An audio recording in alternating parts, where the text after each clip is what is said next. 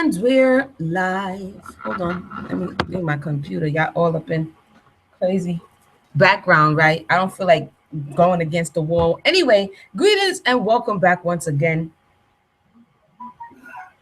This is Emunah Yisrael. You know we dedicated to the cause because we've been running, myself, Sister Mayanah, in our separate worlds, running all day, but we got to show up for this one.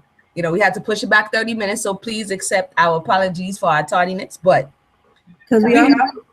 because we're all real people who have real families, right? So you can expect that this stuff is going to happen. But do we have a show for you? You know, what you think, Sister Mayanah? Before I get into it, welcome, Sister Mayanah. Welcome back to the conversation. Thank you for having me.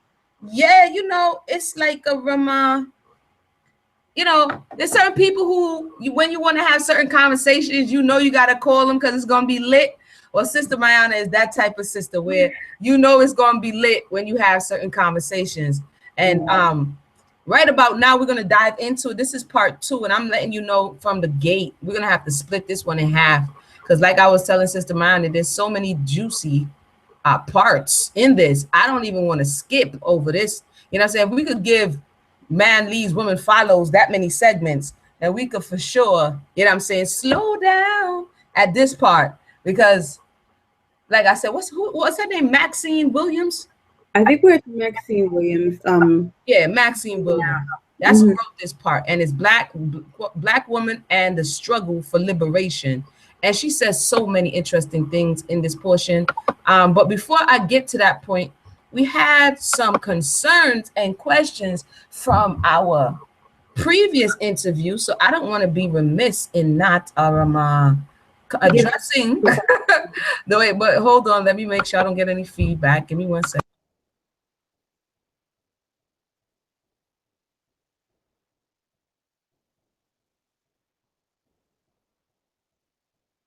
You know, YouTube don't even give you they don't have no chill. They just like start their whatever thing.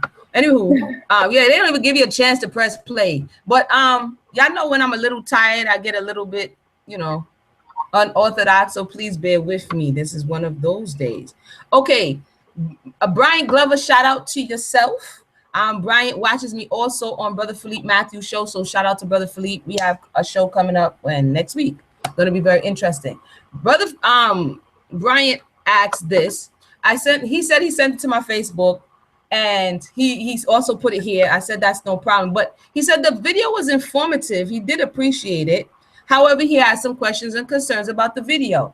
And so he says he's an equalitarian male. That's first time. Yeah. Egalitarian, but yeah. He put equalitarian, who thinks that black women are equal in partners to black men. And I do understand why the manifesto of the black woman was stating to liberate the black nation. Black women need to be liberated. I agree with that ideal. Where my issue comes in with the video is that, like you stated in a video from Brother Philippe. So Brother Philippe, that's where I get real heavy on the slave breakdown. So he says in slavery, he's quoting what I said. In slavery, there was a multitude of blacks with different perspectives and realities. And of course, I would have put quotations on the blacks, but anyway. And no different would be for civil rights thereafter. So in that episode, I was speaking about the fact that people like to say, oh, this person is the Tombo, this person is the Uncle Tom, you know what I'm saying? This person is the Mammy. And I said to them that these are all personality types that have to adjust to their environment. And so he's making that parallel to civil rights movement. I can't say all or no black women, black or white, wasn't happy being housewives. However, just as today, the number does not support that a large enough portion of white families could hire a maid, let alone black women at such a great rate. And even in institutions or corporations, blacks were hired at a great enough rate that black women in any large enough portion could overcome her no working sisters. And Brother Brian, if you hear, that if you want to come on the show, I think I invited you, feel free, because sometimes texting, I kind of lose what you're saying, but I'm gonna continue. Consider unemployment rates and then couple that with the wealth difference between black men and black women. Men earn more than as we do now. I say this to show that from my research, this womanist thing was of a select few, just like today's feminists. So if I understand correctly, he was trying to say that this manifesto or this black feminism wasn't the general populist thought process. I'm gonna continue on. I agree with the idea that Black had and should have their own movement, but it wasn't the only doctrine. So women had to choose whether or not to agree or stand with this or that. He goes on to say, now I could be wrong in my focus. After writing this, I see you could, oh, my phone is bugging out. I see you could be looking at something else that I missed as your point. So are you, so then he finally gets to the question. So are you just focusing on this segment of history for the women that want to follow this trend or are following feminism, or is it being suggested that all Black women should follow this trend and movement and ignore, say, the wife school or some derivative? Okay, because he goes in to say and speak about us covering wife school and you know, the whole conversation around wife school. So the question, we could see if I could answer the question, and then I'll let Mayanah speak, and then we could go into the conversation. Now, we've said the objective of the video was said many times, and I'll repeat it again for those who are just tuning in. We're kind of fact checking here. It's not necessarily to have anybody follow any doctrine or winds of doctrine, but the reason why this period has been pulled out and spoken to on a number of occasions, because there's some erroneous information, and it's actually going to be addressed in this manifesto, in this part that Maxine Williams wrote. It appears that it started even from this point, the 60s, right? It's funny how myself and Mayanah is having this conversation in 2017, but in the 60s, this myth arose. And that myth is that the feminist movement is responsible for the state of the Black woman, or not the Black woman, the quote unquote Black family. And this is why we feel it important to bring this conversation up, because it's being used to, what's the word I'm looking for, Sister Mayanah? It's being used to absorb everyone else from their responsibility in this conversation. If we could absolve, that's the word I'm looking for. If we could make the feminist movement, and by association, the Black woman, the boogeyman, right? Then no one else has to take accountability. Because before the boogeyman came, I wasn't scared of the dog. Now I'm scared of the dog because the boogeyman is on the scene. And now the boogeyman has transferred from the feminist movement to the so-called Black woman in 2017. And so she gets blamed for everything. You know what I'm saying? It's snowing outside. Sister, you got too much melanin and it's all your fault. You know what I'm saying? You came outside and you had a stink attitude. And anyway, Sister Mayanah, what's your thoughts on that? Because I told y'all I'm bugging out a little bit. Go ahead. No, I obviously, to address the querent, the reason that we are having these conversations, as the sister said, is because so much of the pathology that we are facing as a family, as a nation, has been redirected to this false diagnosis. And because we're saying that feminism is the cause, by default, what they're saying is that Black women en masse have decided to internalize so-called white feminist doctrine, and in doing so, Black women have decided to turn their backs on their men. And so this is what we're hearing from people in 2017. I'm sorry? No, go ahead. I'm in church right now. I'm like, looking back at women and saying this is what they said. And so instead of assuming a rhetoric or repeating and recycling and reproducing, we have to go into the annals, right, and out open and blow the dust off of the tomes and what the women. We're dispelling the lies with truth, so that we can have a real conversation that's not based upon or predicated upon chasing strawmen. We can't get to the bottom of the issue if we over here shadow boxing with the straw man. Exactly. This idea of shadow boxing is exactly what we're doing. What happens is that whenever there's a problem, and we have all over social media, all over regular conversations, once they want to say the Black woman has done something, immediately feminism is behind it. The woman wants to say that there's some type of injustice going on, or there's untruth in the conversation, you are immediately casted as a feminist, which is very weird. And what happens is it becomes, this is the name you know, this is the brand you know. Right. And really know how to diagnose this, so I'm going to call it cancer. I don't know what it is, so I'm going to call it. Right. You know, like sis, You're breaking up a little bit, sis. Come closer. You're breaking up a little bit. I don't know what you was good, and then I don't know what happened. Is like talk again. There you go. Are you sure? Let me hear you. It was okay. Yeah. All right. That's. I think it sounds like there's a delay. Possibly. Oh, I was saying, you know how the elders used to cure everything with Vicks, or rubber tussle, or you know what I'm saying? Drink in Jamaica, drink some bush tea. Like, you know, your eyelashes is falling out. Drink some bush tea. You know what I'm saying? You got black and blue on your toenail. Drink some bush tea. It's like the cure-all. Right. And so now feminism has taken that kind of anecdotal function. Whenever we don't know how to address something, we just call it feminism. I can't deal with you having a voice as the feminine principle.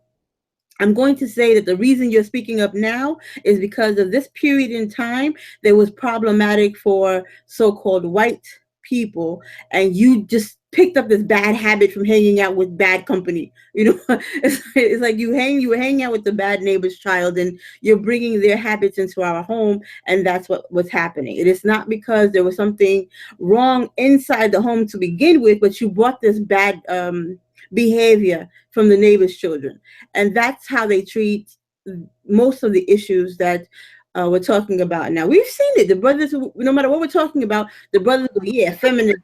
Like, no matter what it is. Then that's real talk. And so this is Brian. I hope that was helpful in why we're having this conversation.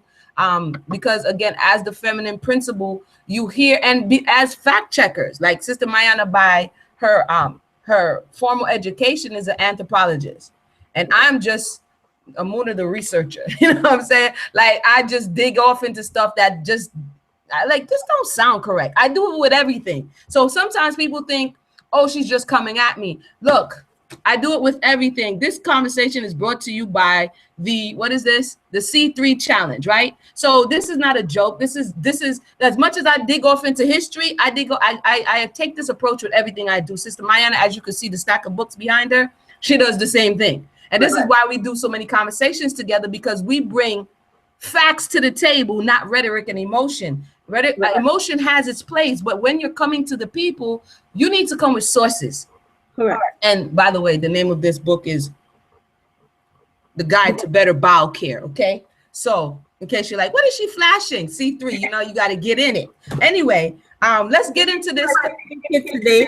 Maybe at the end of the show, we'll do a little reveal about what's in this package. Oh yes, you see what I'm saying? We makes it happen. We makes it happen. But if you want to know what we're talking about some people are full of shut your mouth. They full of so much stuff that they need to get it out. The buildup of maybe that's what's causing the cloudiness in the mind to have that feminist reaction. Maybe it's just the excess poop that's in the system.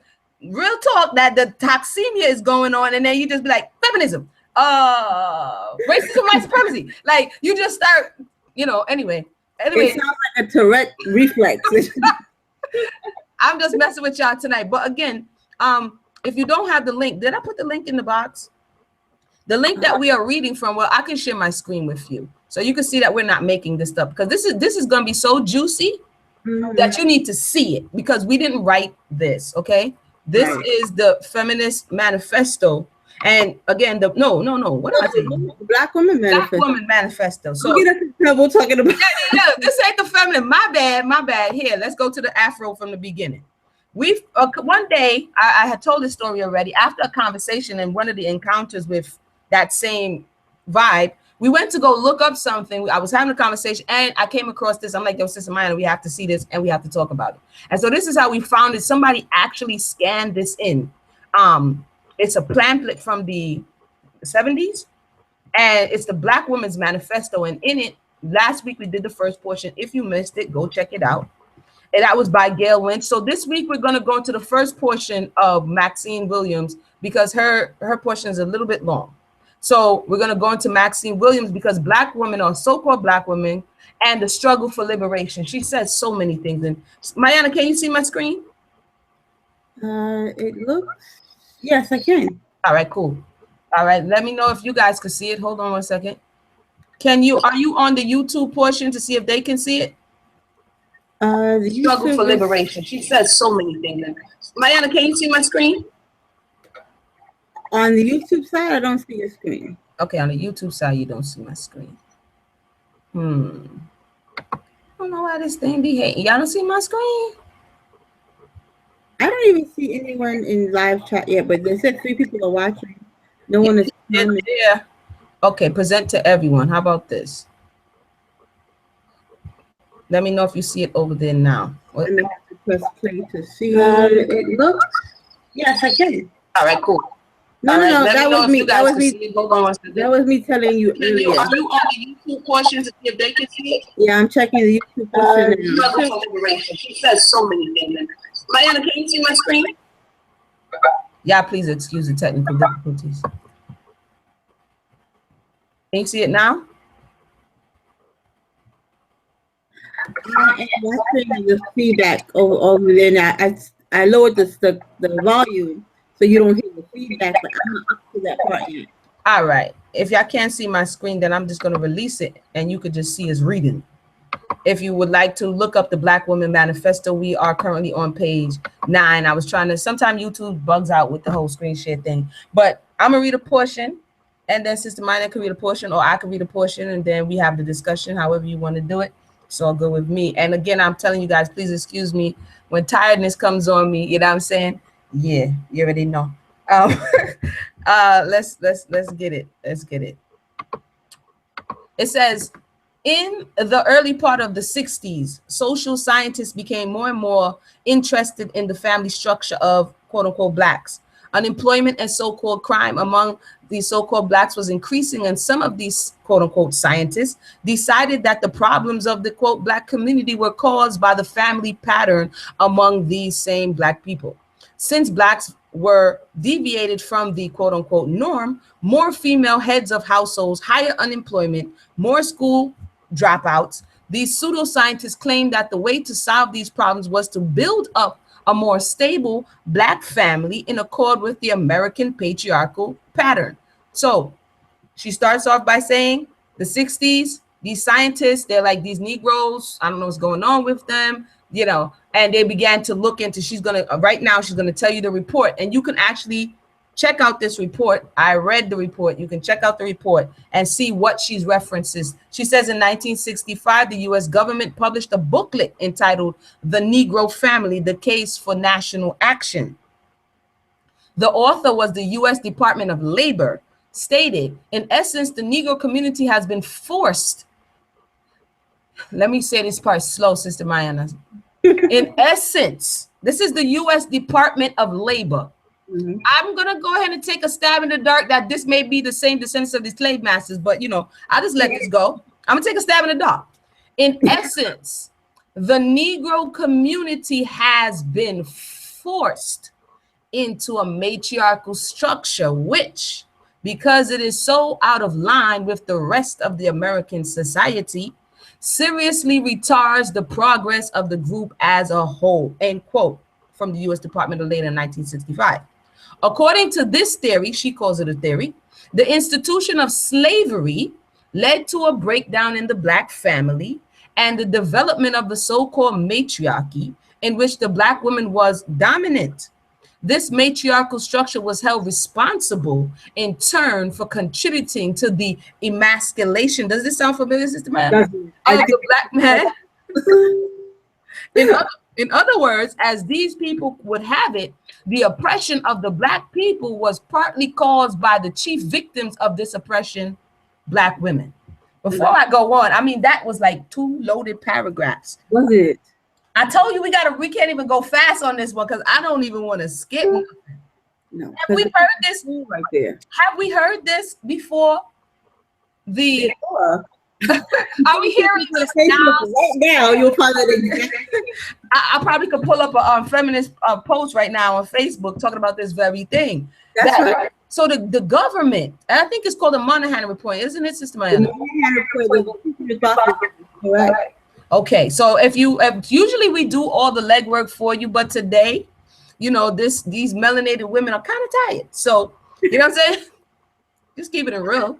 You know what I mean? We don't want to be enablers. So go ahead and look up the Negro Family, the Case for National Action from the U.S. Department of Labor. So they're having an issue. There is a breakdown in the system, and I'm going to keep reading. And she calls it a theory. I don't think it's that much of a theory when the proof is that this is actually what happened. But let's continue to hear why she calls it a theory. He is saying that the Negro family or the Negro community was forced without accepting culpability. Right. Who forced them? Right. It was the Holy Ghost forcing them. Like they totally absorbed the perpetrator from the crime. Yes. This anonymous force has caused this disparity in the home. Correct. I like that. That was really worded kind of real strange, like. But we gonna continue. I agree. The force came with no other person involved. Right. It says so. We this is kind of how the European remembers history, as well as some of melanated people remember history. That key pieces of what actually happened are missing. And so you really can't have, it's kind of like why we're having this conversation. It's hard to have the conversation with key people missing. You know what I'm saying?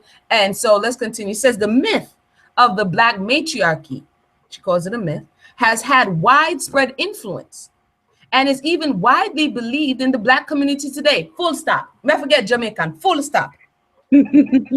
What year is this, Sister Mayanah? This is the 70s, 1970. This is I think it's actually 70, right? Because she's quoting from the 60s. She's quoting a 5-year-old report. And in her time, what year are we in? 2017. So this is what? 70, 80, 90, about nearly 50 years old. Oh, yeah, 47 years. Right? Almost 50. And half a century ago, she is saying that this myth is being circulated around the Black community, so-called, that it's the woman's fault, that this mysterious force forced her into matriarchy, and the reason why the whole Black community is breaking down is because she mysteriously ended up in this position by herself, and because she's the only one holding the bag, she must be the one to blame.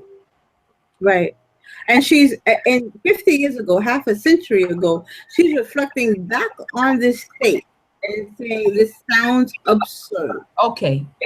It was absurd in 1970. It is absurd in 2017. Okay. She goes on to say, it is something we have to fight against and expose. Why are we having this conversation? Our foremother, Maxine Williams. Now, I don't agree with everything Maxine Williams said. I don't know Maxine Williams personally. I'm just referring to what she wrote in this portion, her essay portion of the manifesto. It's something that we have to expose. It's something that we have to have a real conversation about. It's something that we have to fact check, because the myth and the spreading of this rhetoric does not help us. All it does is play the blame game. Right. Okay. It's just something we have to fight against. Go ahead, sis. No, okay. She says, to show just how wrong this theory is, let's look at the. She totally agrees with it. Oh no, it's wrong? Okay, continue. She said, to show just how wrong this theory is, let's look at the real condition and history of the so-called dominant Black woman, which I call the angry Black woman. By the way, that's on sale on Amazon. I just had to put that in there, because this thought process has been pushed, and the European first pushed it to the community, and then the community began to recycle this toxic thought process and mentality and absorbing all of the rest of the players. I won't stop saying that, because we see a host of people across social media doing the same thing. How many years later? We're not going to get to the problem to be able to fix the problem by chasing our tail. Go ahead, Sister Mayanah, because I'm hyped tonight. The reason we're reading this to you, and mind you, we provided this to many of you. The reason we're reading it to you with this type of detail is because what she's referring to is not a pamphlet. Right. The Monahan report is several pages, it's almost 100 some odd pages. It's a very detailed report. And she is saying that within all of those pages, there is what? something is wrong. And then she says, let's look at the real condition. So by saying let's look at the real condition, she is definitely stating there's something not associated with reality happening in all of those pages that Moynihan has given you. Furthermore, what we're finding here is that this thought did not originate with you, black man. It originated with this white man who told you this was your problem. You didn't say this. You and then put it on. So wait. So you're telling me that the Black Power consciousness rising community has ingested the rhetoric of the European and now has presented it like it's his own original thought? Yeah, I'm telling you that the black man reached into the seed bag of the white man. And oh gosh. I can't. All right, now for those who just joined us, you're like, what are these sisters talking about? This is Double Jeopardy, the miseducation of the quote unquote black woman, episode 2. Who broke the black family? I said, let me just go ahead and throw that in there because that's the question. We're trying to find who is responsible. Basically, when we're looking to place blame, then you're looking to place responsibility.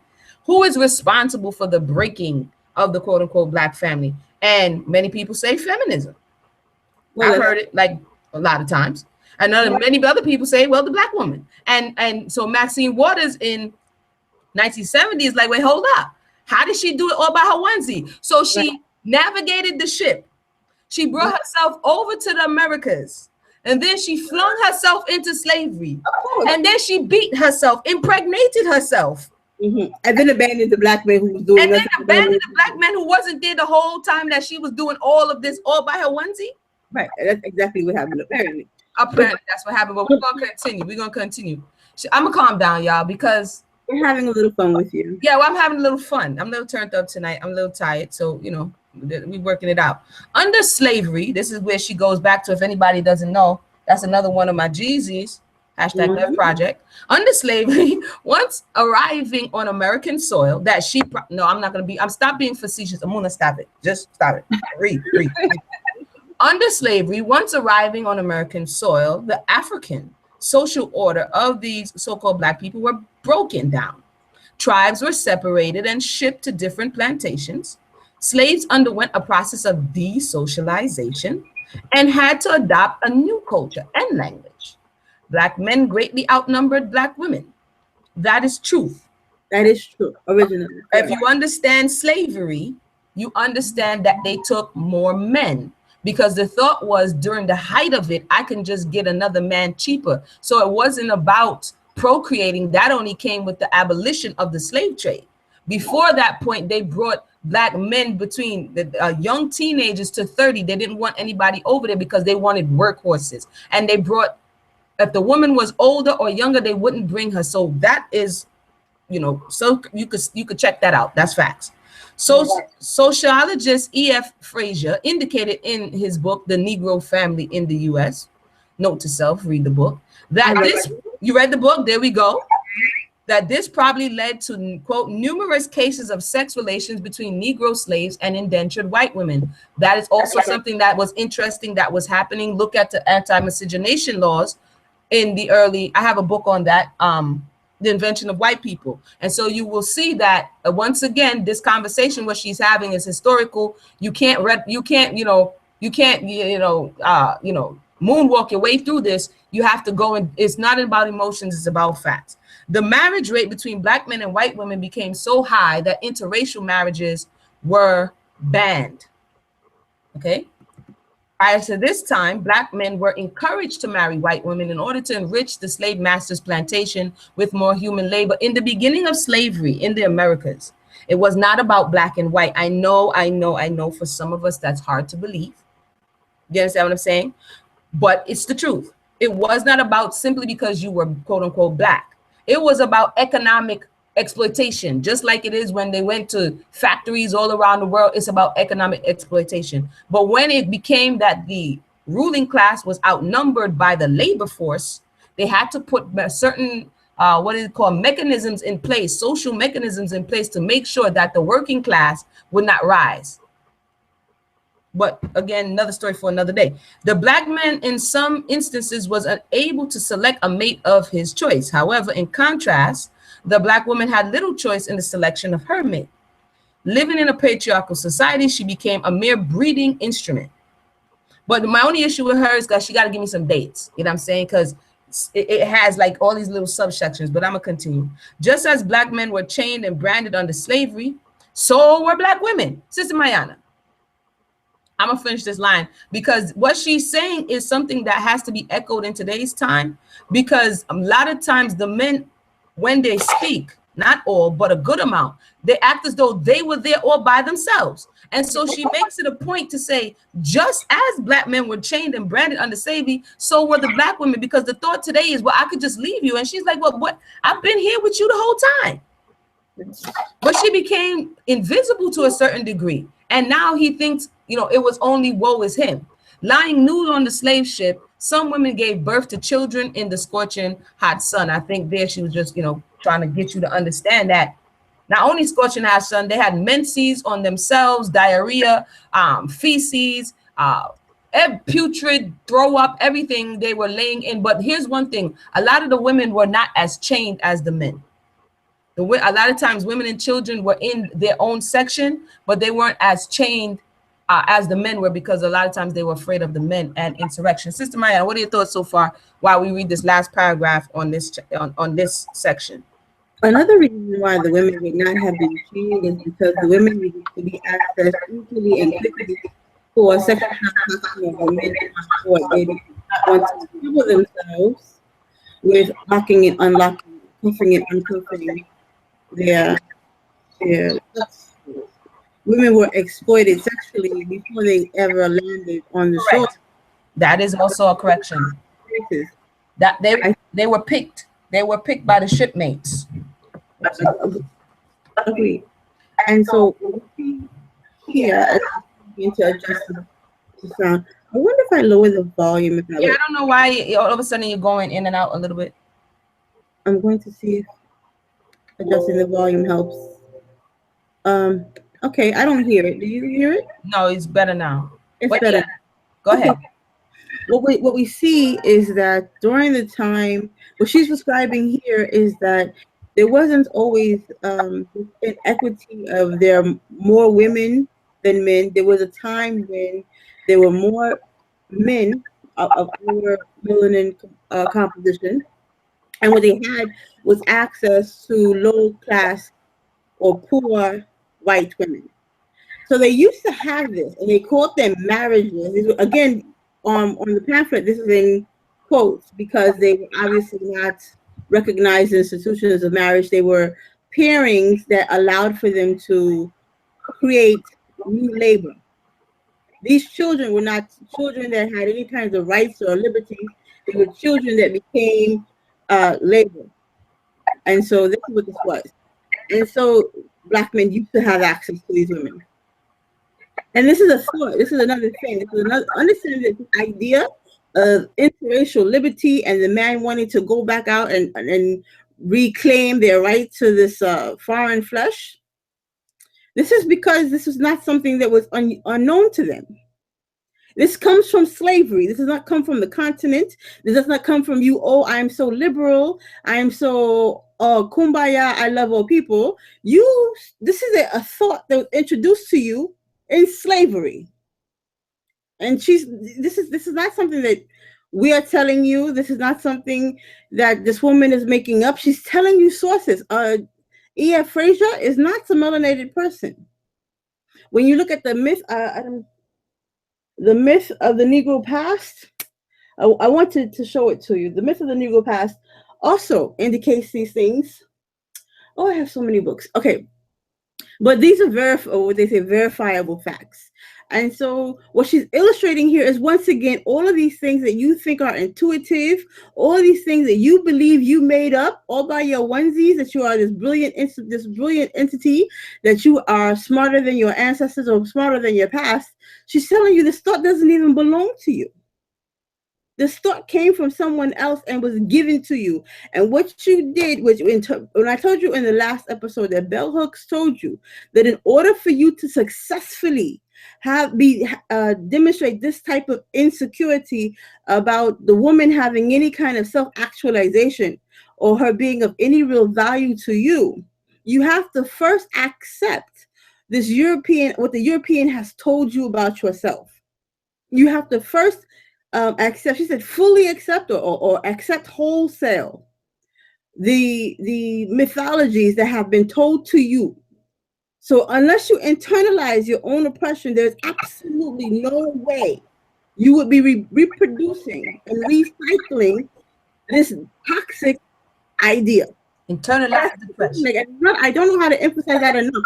You are not coming with a real thought. You are not bringing a solution that you as Black men, or we as Black people, or so-called Black people, believe about ourselves. This is something that was told to us. Correct. This is why you are saying it now, because they told it to you. You don't even know where you heard it from. You just know that you heard it, and you've heard it often. We're telling you where it came from. You don't, maybe, it was too much to follow the thread. Emunah and I jumped down the rabbit hole for you. We jumped down. We're not scared of rabbit holes. We're not scared of rabbits. We chased that. We chased the little white rabbit right down this hole and dug up where it came from. Womanhood report is available. It's available in the court. A lot of this stuff is free. And it's free. Those of you who belong to the Facebook forum, in for you. You will be able to, I will give it to you. I will put it for you, but it's available for everyone who has access to the video. This idea that the woman has the problem to the melanated family is not an organic thought. Correct. Correct.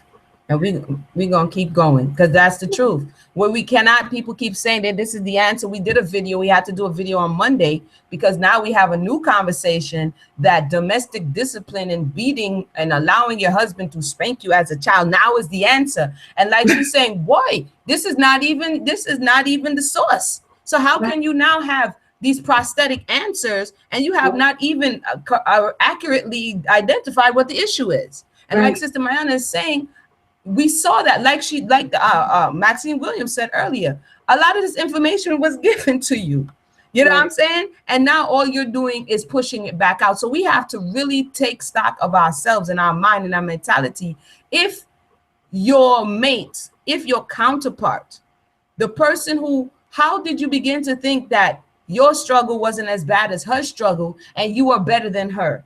What's really is happening is that she's the one at the end of the day who's left holding the bag. Right.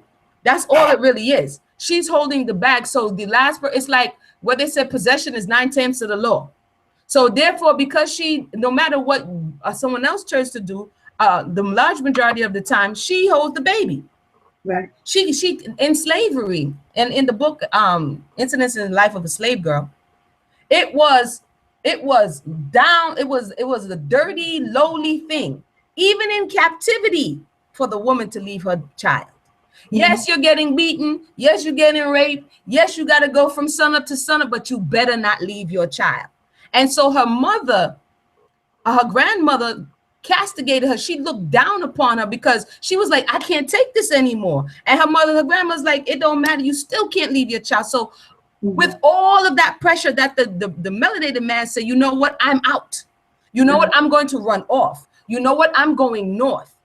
In all of that, the reason why you had smaller amounts of women leaving the plantation is not because they like the plantation. It's because the stigma of leaving your child in this place, she had to hold that as a mother. So how can we look back in 2017 and say and encourage men to say, what, you're better off than her because you weren't as damaged? You had more opportunity. In more instances, the woman never even came off the plantation. She wasn't a driver. She wasn't a craftsman. She was stuck in the domicile of that master. under his constant watchful eye, whether or not she was in the field. But see, y'all, let me go back, Sister Maya, because y'all take me to slavery. It take me a while to come back. Let me read the next, the master's household. There are those who say that because the black woman, quote unquote, was in charge of the caring for the slave master's children, she became an important figure in the household. In her estimation, nothing could be further from the truth. The quote unquote black woman became the most exploited member, and she puts it in quote, of the master's household. Because this thought is, oh, you a house Negro? They didn't even say nigga, you a house nigga? You got it good. Mm-hmm. Because everything always looks good from the outside. Right. But like she's saying, the oppression that the house Negro, and you had to be under the master's thumb. But let me not digress. I'll read her words. The master, but the mistress as well. Who oftentimes they used to call her, when I read these narratives, they have all these names. They'll be calling her like the meerkat from hell. You know what I'm saying? Like the scourge of the devil. Like they'll be calling her like these crazy names, because if you got a jealous, obsessive, like, and she had cabin fever too, because you remember that the mistress is under this domesticity, cult of domesticity. So she's pushed literally into these corsets, into these tight spaces, that she has to become something that she's not. And so oftentimes, more often than not, she would turn her indifference and hatred towards that feminine principle that her skin was smooth. You understand what I'm saying? And her teeth was pretty, and she had this exotic look. And because I didn't say it, okay, a lot of narratives say the European women, because they weren't accustomed to the heat of the South, were pasty and fragile looking. Okay, so they see this person of another continent, these exotic people, able to be in the sun, able to move around and not faint. There was a level of jealousy. Just please understand that. And they were able to scrutinize you at such an up close and personal way that later on they were able to get into your mind about your self-image. But I'll continue. She scrubbed the floors. This is the melanated enslaved woman, washed dishes, cared for the children, and was often subjected to the lustful advances of Miss Ann's husband. And I like to call her Missy Ann, you know what I'm saying? But if you want a good story about that, read Harriet Jacobs' Incidents in the Life of a Slave Girl. It says she became an unpaid domestic. However, she worked outside as well. So that was her day job. Still today. So she said 150 years ago, and still today, many melanated, she keeps saying black women, continue to work in households as underpaid domestics. Here comes another book or another essay. And as W.E.B. Du Bois stated in his essay, The Servant in the House, she quotes, the personal degradation of their work is so great that any white man of decency would rather cut his daughter's throat than to let her grow up to such a destiny, end quote. This is actually an essay that belongs to an anthology written by Du Bois that's found in a book called Dark Water, Faces of the Real, which is also available online for free in full. This is chapter 4 hours, if I don't recall, but I read this book also. And in this particular chapter, what he's discussing is one, he says that he was at a conference where he was speaking, and a European woman came up to him, and he was already irritated because he knew she was gonna go with it. and she said she immediately came to chastise him and saying, "Why don't you Negroes want to work? You guys just I support blah blah blah, whatever she wanted to go and make herself a good European woman, and she just doesn't understand why these people don't want to do any job. So you're just all lazy." Right. And he very response was very clever and a little disrespectful, which is why I loved it. And he said that he had to stop himself from going any further. So that's why he ran home and wrote this essay. He's like just the arrogance and the entitlement of the European women to decide that it's just that these black people don't want to work. These so-called black people don't want to work. That is a common thought process that you see as you read. I like to read all spaces, and that interaction he had, Sister Mayanah, is a view into, when you read these European narratives, this resentment, right, difference towards the fact that someone does not want to work for someone else when they reap none of the benefits of working for that person. Like at the end of the day, so they're like, well, why don't you want to work? Because in their mind, they really thought I was doing you a favor. Right. You're an ingrate. You know what I'm saying? I can't believe you. I don't want to talk about Latita because Latita will raise my blood pressure. But I agree. What's the name of the book? Listen, guys, I hope you have your pen and pen because we have like sources galore coming at you right now. So what's the name of the book, Sister Mayanah? It's called Dark Water. Dark Water. It's called Dark Water, Faces Under the Veil, I believe. But the main title is Dark Water. I actually sectioned out this particular essay from that book. So again, if it's something that you want to read, I will provide that on the Facebook forum for those of you who are a member of that forum among our files, because I did create a PDF of just this particular article. There we go. Sis, when you saw the title of the article, did it resonate for you? Because for me, I made me go back to look for it because I read this book before, but I wanted to look at it because now with this new reference point, you hear him call it the servant in the house. Did it not resonate to you, the European idea of the angel in the house? Well, I'll tell you the truth, because I have not too recently watched that movie, The Help. When I read that title, that's what came to my mind, like that picture of the servant, because the European called themselves the angel, you know. Right. And they got the high road, you know what I'm saying? Yeah, you know what I'm saying? Now you got the street sweeper in the house, you know what I mean? And so, right. You know, like he's saying, again, I need to read that as well, because all of this adds to us being educated about the conversations that we're having. In 2017, there is no excuse to continue to perpetuate for another generation erroneous information. It's not going to heal us. It's not going to make us get any better. It's not going to make us identify our issues. I'm all about healing, but I'm all about correct diagnosis as well. Right. So we cannot fix what we have misdiagnosed. Do you understand? And so again, you just got the Moynihan report, the servant in the house. This right here that we're reading is the Black Woman's Manifesto. All of this is all it is going to cost you is time and the desire to want to know, so that you can have better informed and shut down all of this rhetoric, because all it's leading to is more dissension, more separation, more confusion. Right. So I'm gonna continue. But I'm going to offer that if you listen to anyone who wants to presume to tell you what the problems are within the melanated family, and they go to feminism, exit because you are in the presence of an uneducated person. You're gonna be like, that's a quack. You know how they say, yeah, that's a quack, right? As soon as they start, they get no, if you get no sources, this is how we gotta do a video, Sister Mayanah. We gotta do a video, like a how to tell video. If the person comes up to you and you know what I'm saying, they have no sources, or they got secret books that you don't know nothing about, you know what I'm saying? Their books have no page numbers, no publishing dates, you know what I'm saying? And they get this mystical download, you might want to run. Right. And we're not hiding anything from you, because the reality is we don't want to carry the world. We just want to make it a better place so that our children could grow up and live the life that we came here to live. So just call it community service, man. We don't want to be our daughters or our sons or our grandchildren to have to go over this 1970 conversation. It's truly shameful.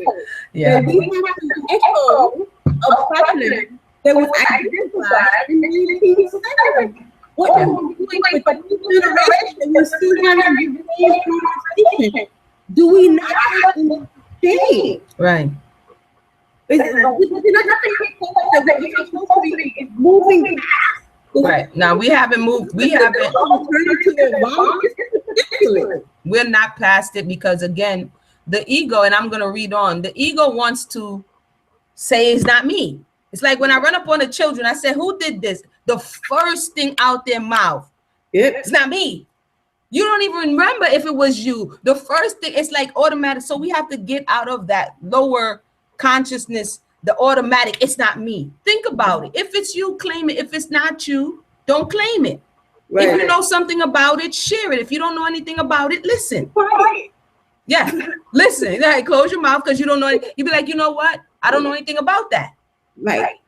That's kind of how it works. So, but we're gonna continue. We're gonna continue. We're still in the master's house. So she's talking about, they're lying about, it was all gravy in the master's house. It was also depicted in the series Underground, which is going to start again for the second season in March. And this thought process and again, like I said, in a number of books, that the house slave or the servant had it better, is an erroneous thought. Stop with the house Negro, field Negro. Everybody was a slave. That's right. In this way arose the mammy image of the quote-unquote Black woman, an image so embedded in the system that it impacts, is still felt today, and agreed. 47 years later, the mammy is still on TV. Until recently, the mass media has aided in reinforcing this image of portraying Black women, quote-unquote, as weighing 200 pounds, holding a child to her breast, and on scrubbing floors with a rag around her head. For such a one who was constantly portrayed with her head to the floor and her behind facing the ceiling, it is ludicrous to conceive of any dominant role. So usually they would show the mammy who, now master, you can't do that. They would show the mammy who they say will boss the master around. And this, tell the master what to do, tell the master little children what to do. And she was like the chief executive of the household. But in Maxine Williams' estimation, this is not completely true. She says, contrary to popular opinion, all Black women do not willingly to submit to the sexual advances of white men. Probably every quote-unquote Black woman has been told the old myth that the only ones who have had sexual freedom in this country are the white man and the Black woman. Again, have you seen these videos? And again, there's some truth to the old injuries. And I don't know if you saw one that keeps recirculating, where they have a number of melanated women with Europeans, and they're like, oh, look how much different they act for the white. You've seen that one, Sister Mayanah? You talking? Mayanah? Sister Mayanah? Let's see if Sister Mayanah is all right.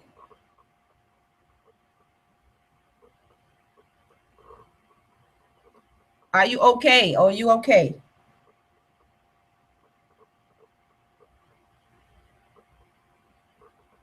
She put her phone on mute. I'm going to sit and wait for a minute to make that she's all right. Sometimes you're drinking a little something and it goes down the wrong throat.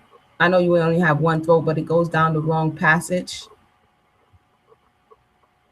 I hope that she is okay.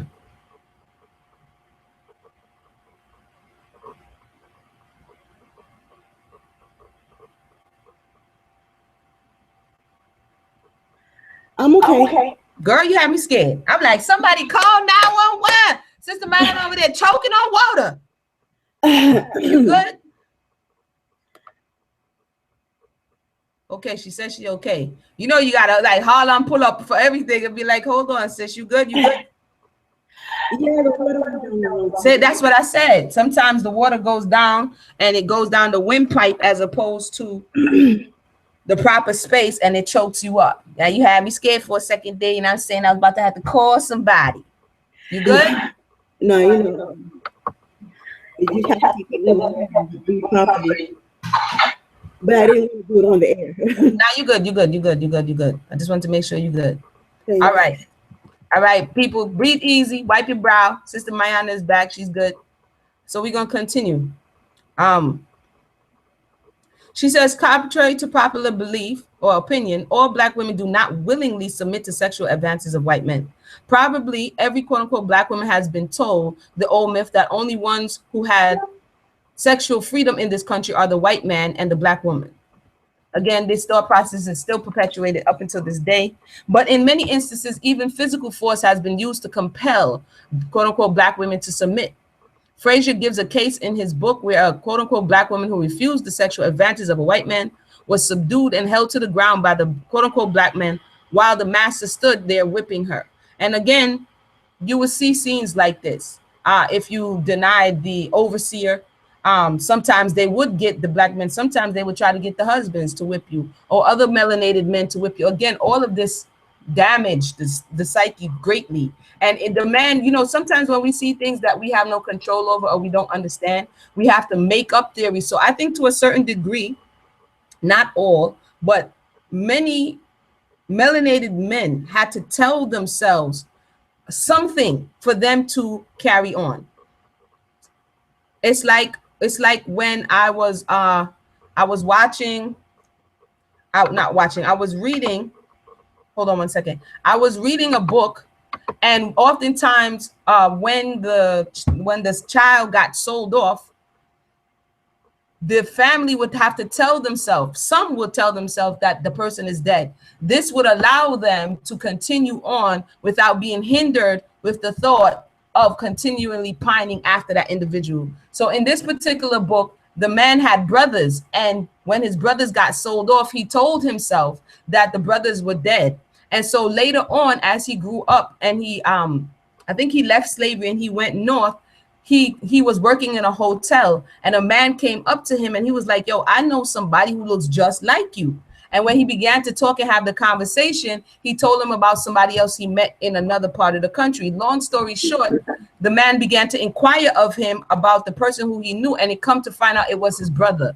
And when he reunited with his brother, he said to his brother, I told myself that you were dead. I say that to say, during trauma and injurious practices that are happening to people, the mind is a wild, crazy thing. And depending on what the melanated man had to tell himself, maybe he had to tell himself, oh, she wants him. You know what I'm saying? Maybe he had to tell himself some of these things to be able to cope with what he was seeing, because to the psyche of a man, it's damaging.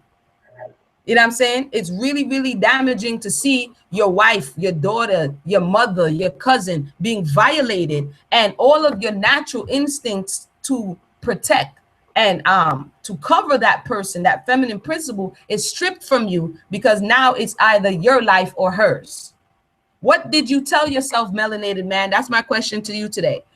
What did your forefathers, uncles, grandfathers, great-great-grandfathers, what lie did they have to tell themselves to soothe their conscience and their mind? Because instead of just pointing outward to say, okay, this is what she did, and of course you see that in many instances it was under duress. When it was happening, what were you telling yourself? It's kind of like when somebody abuses you, you tell yourself, but they really love me. What were you telling yourself, and what are you telling yourself today? I'm gonna come to Mr. Sister Mayanah in a second. I'll read just one more paragraph here. In some instances, Black women stood in awe of the white skin of their masters and felt that copulation with white men would enhance her slave status. So it wasn't like, oh, your hair so sickly, you so fly. It was a survival mechanism to think that, well, maybe if I do this thing, it's a convoluted reasoning, but nonetheless, maybe if I do this thing, some reason to themselves, then things would be better for my children. Then they wouldn't have to be out there. Sister Mayanah. It wasn't very convoluted or a part of her imagination. The fact is, it was part of the institution allowed for, if a woman had a certain number of children, she was told she would receive her freedom. That if a woman gave 7 children, 7 live children, if she had 7 live births, that she could receive her freedom. So this was not entirely something that was, like you said, oh, he's so fine, oh, he's so, white skin is all the rage. It's that, okay, if I do this thing, this man has the power, right, and the authority to return my freedom to him. Now, I think it was more than 7 doses. Some people it was more. It depended on the slave master. But go ahead. I'm talking about this person here, the one that stood in awe, not the ones that were stolen, or this reproductive ability was forced away from them, but the ones that willfully participated. Oh yeah, okay, the one, the bed wench. The bed wench. Oh, okay, the bed wench. We have all of these narratives, because I have them. It's not that I'm not making this up. This is not a theory. Right. I'm not rehabilitating the bed witch. I'm not doing that. Yo, did you say? Like I'm not putting her through rehab. The bed witch revival? Yeah, right. I'm not doing that. I'm not saying that this was a brilliant and ingenious thing on her part. Because many times they reneged on this offer, but they were told this. Right. This is one of the things that was fed to them. I don't know how often these men kept up their end of the bargain, and these women are not like, "Ooh, yay, freedom equals sexy." Right. Freedom equals living. And if it didn't work for her, then maybe it would work for her children. Correct. And then it was also the institution of those children that could pass. Those children that passed. Correct. Those things. We saw that when we looked at the passage. Correct. When when there was that mixing, when you were able to get a woman, a child that was what they call passe blanc in this passage institution, that was huge. Right. That child was almost guaranteed never to have hard labor. So there is something to it. Not that it's a, like I said, not that it's a. Sister Maya, you're trying to rehabilitate the bad witch. I'm trying to rehabilitate the people out there, you know. I'm messing with you. I'm not telling you that this was a good idea. I'm going to reiterate. I'm not saying this was a good idea. I'm not trying to rehabilitate the women who made this decision. Indeed, it was maladaptive. Indeed, that very often they were deceived. Right. And we saw even with Queen that she had this idea in her head that right, she did. Complexion meant something. Yeah, and it actually, like she's saying, it did. It did. She really didn't get in her head that her proximity to them in complexion did not translate to a proximity in self-worth or worth for any of them. None of them were like, you know what, you look closer to me than your Negro counterparts. Let me embrace you. That didn't mean anything. That white skin, nothing. And as Sister Mani is talking, we still have this mentality today that the closer in proximity you are to the European, and again, it's not because, oh, your hair so silky. There is a practical reason, because you have the food. You know what I'm saying? You have the wealth. You have the power. Well, however you obtained it, their reason to themselves, it's like a child, or not even a child, even a child. And even if the child says, you are the one who feeds me, the closer in proximity that child gets to the person who feeds them is the more secure they feel. So they made it about. This is not about her. This idea that I'm going to get something for me was not always on the minds of these so-called bedwenches. They were thinking about their children. And you know what? Sometimes they were thinking about the black man. They were not thinking about and she goes into speaking about that. Great segue, Sister Mayanah. Great segue. She goes into speaking about that. She says, there was also the possibility that her mulatto offspring would achieve emancipation. Same thing. Her admiration of white skin was not very different from the slave mentality of some blacks, which caused them to identify with their master, meaning identify with those in power. And I just injected that. In some cases, the so-called black woman who submitted herself sexually played a vital role, my sister Mayanah just said this, in saving the life of the black man. Wait a minute. Yep. She says, in some cases, the so-called black woman who submitted herself sexually played a vital role in saving the life of the quote-unquote black man. Ooh. If she gave the master a, quote, good loving, she could sometimes prevent her husband from being horsewhipped or punished. And so wait a minute now. What I'm hearing is that this woman sacrificed her dignity and her integrity to sexually submit to this guy, to this European oppressor. Mm-hmm. And what her husband has turned around to do in 2017 is judge her for that. That because of this act that she did to degrade herself, he lived to insult her for it. Yes. Okay. It's in the Nat Turner movie. Okay. If you haven't seen Nat Turner, when it comes on video, please watch it. In the Nat Turner movie, the man is in, and I love that movie, by the way. The man is in with his wife. The wife was a servant in the house. One of the master's little nasty brawling company was like, he wants her. And he's like, yo, chill. You know what I'm saying? And he was like, I want her. Long story short, he goes and knocks on the door. She's laying with her husband, and they take her out of the house to be violated by these Europeans. And at the end of the day, when she comes back, the husband is like, so in his mind, it doesn't matter what you did it for. I don't care what you were doing. The reality is it's done and you're soiled. Right. I would say that it's somehow, but he doesn't, but for some reason, this unforgiveness of it doesn't matter how you became soiled. Right. The fact that you are soiled means that you're not the best suited for me anymore. Right. And this is what we're seeing. We're seeing two different perspectives, the masculine perspective and the feminine perspective. And reality. And then there's reality. I wanted to say that as I was reading this portion, rereading it, getting ready for tonight, what came to my mind when I read that portion right there is going down into Egypt when Father Abraham turns to Emunah and says, I saw it clear, Sister Mayanah. I'm like, that's right. What? And what he says to her, they're gonna come at me. So for people who are like, nah, that's poppycock, I can't believe you guys are feminist sympathizers. Right. This happened in biblical times. If you look and read the text, the principle of what she just said was what Father Abraham said to Emunah, cover me. Because the reality is, if you're a Zer Kanibdo, or if when you look up the word for help meet, that covering and that protection, she covered him, but in the process of covering him, she became violated.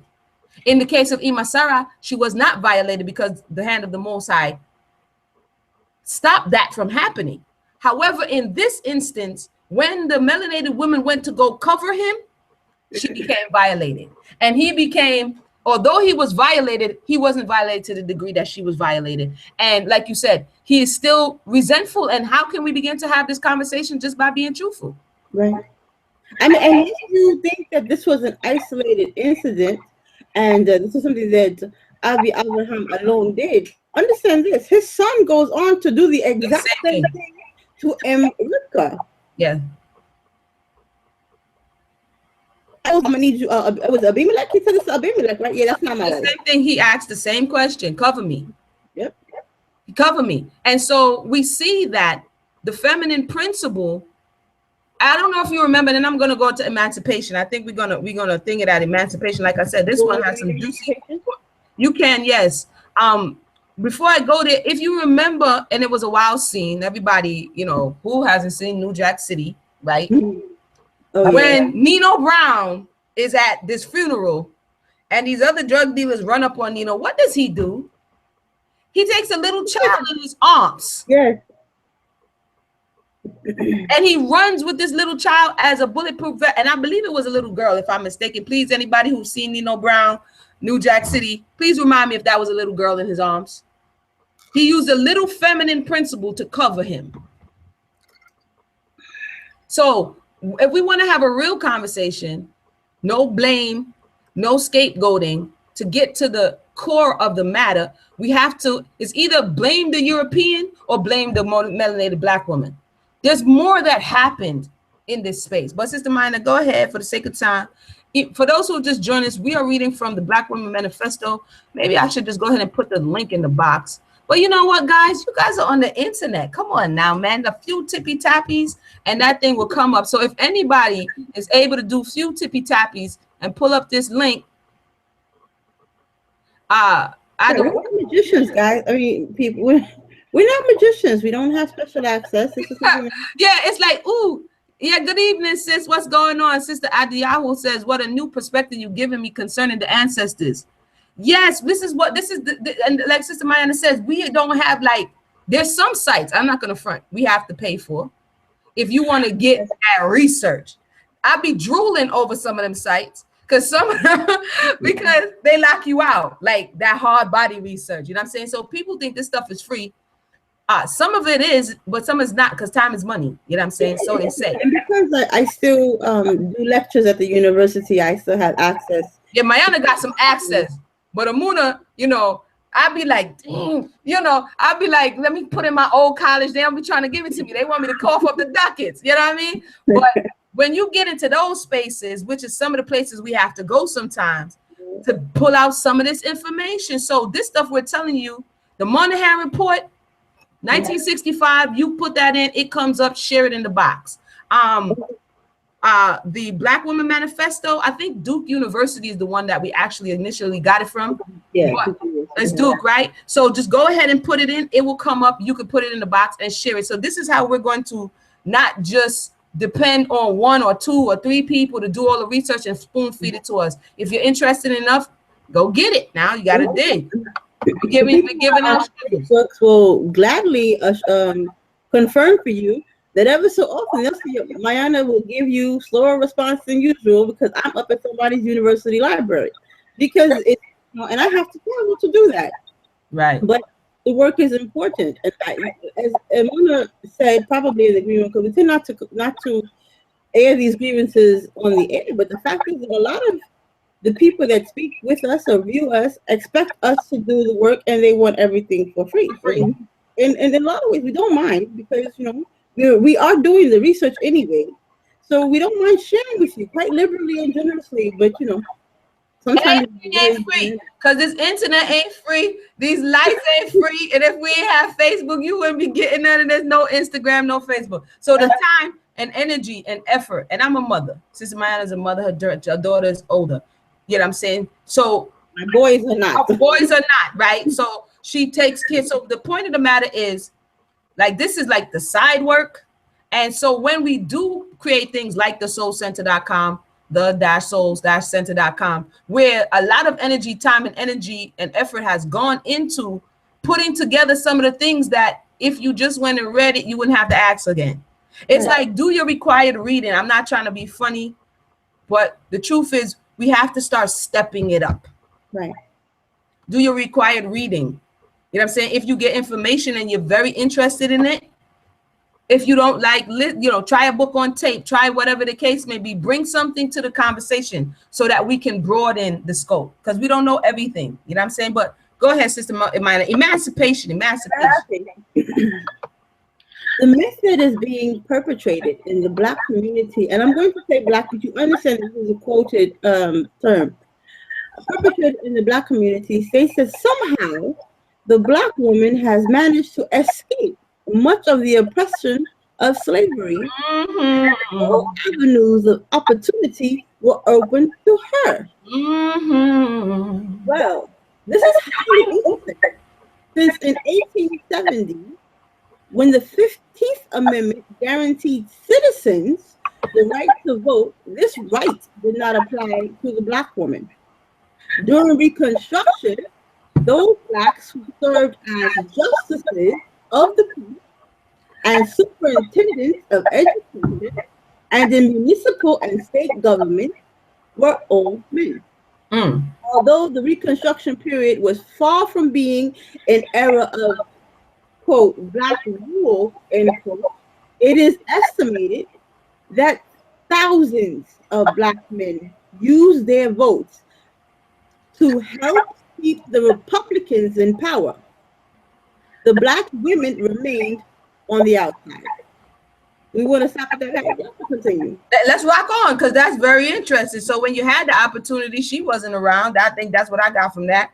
But and when you had the opportunity, what you did was you chose to vote for the status quo and left your woman outside. You had the opportunity to protect her. Again, fine, during slavery, you didn't have it. We give you that. But when you had the opportunity, what did you do? You protected the status quo and left your woman on the outside. Don't say that. Let's talk about it.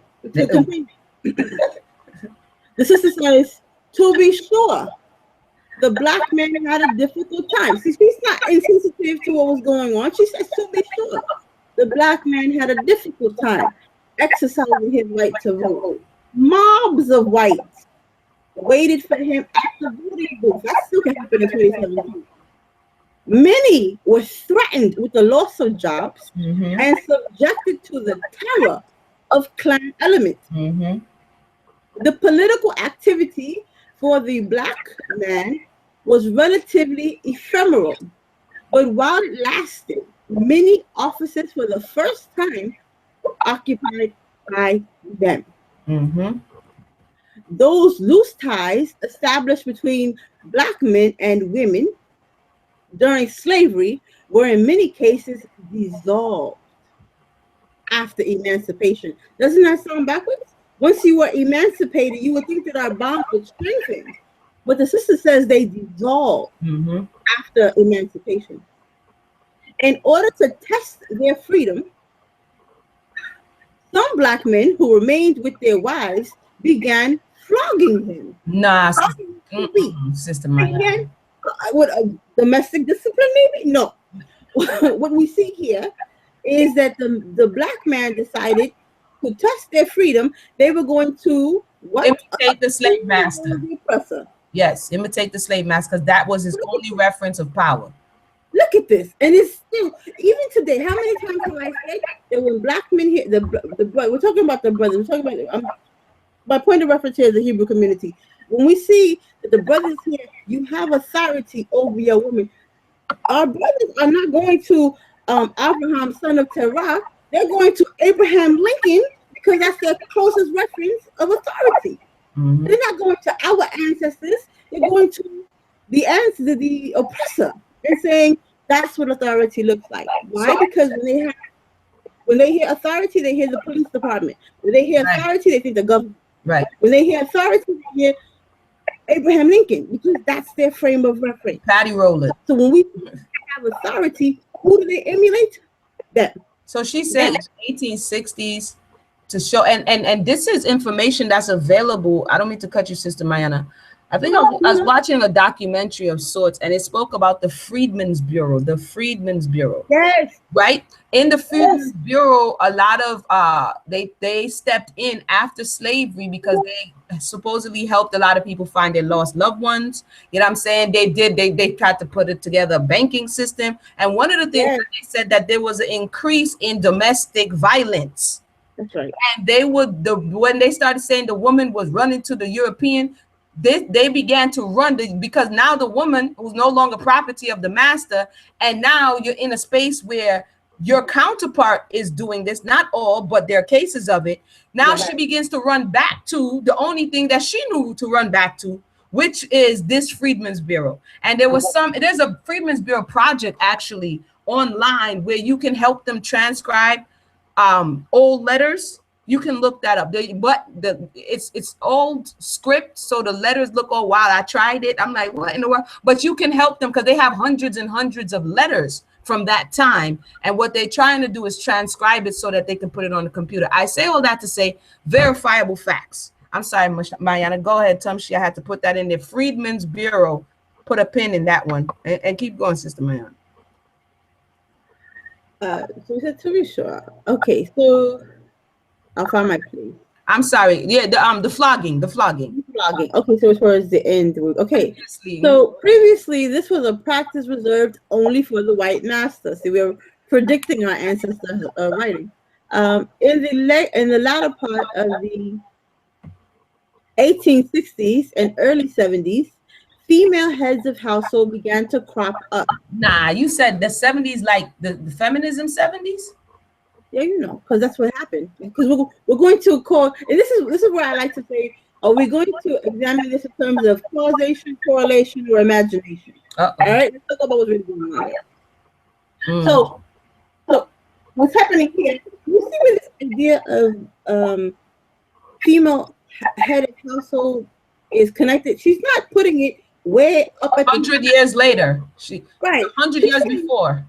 What's the connecting thread here is black men began to do what? Test their freedom. They went to see, what does it mean? How far can I push this freedom thing?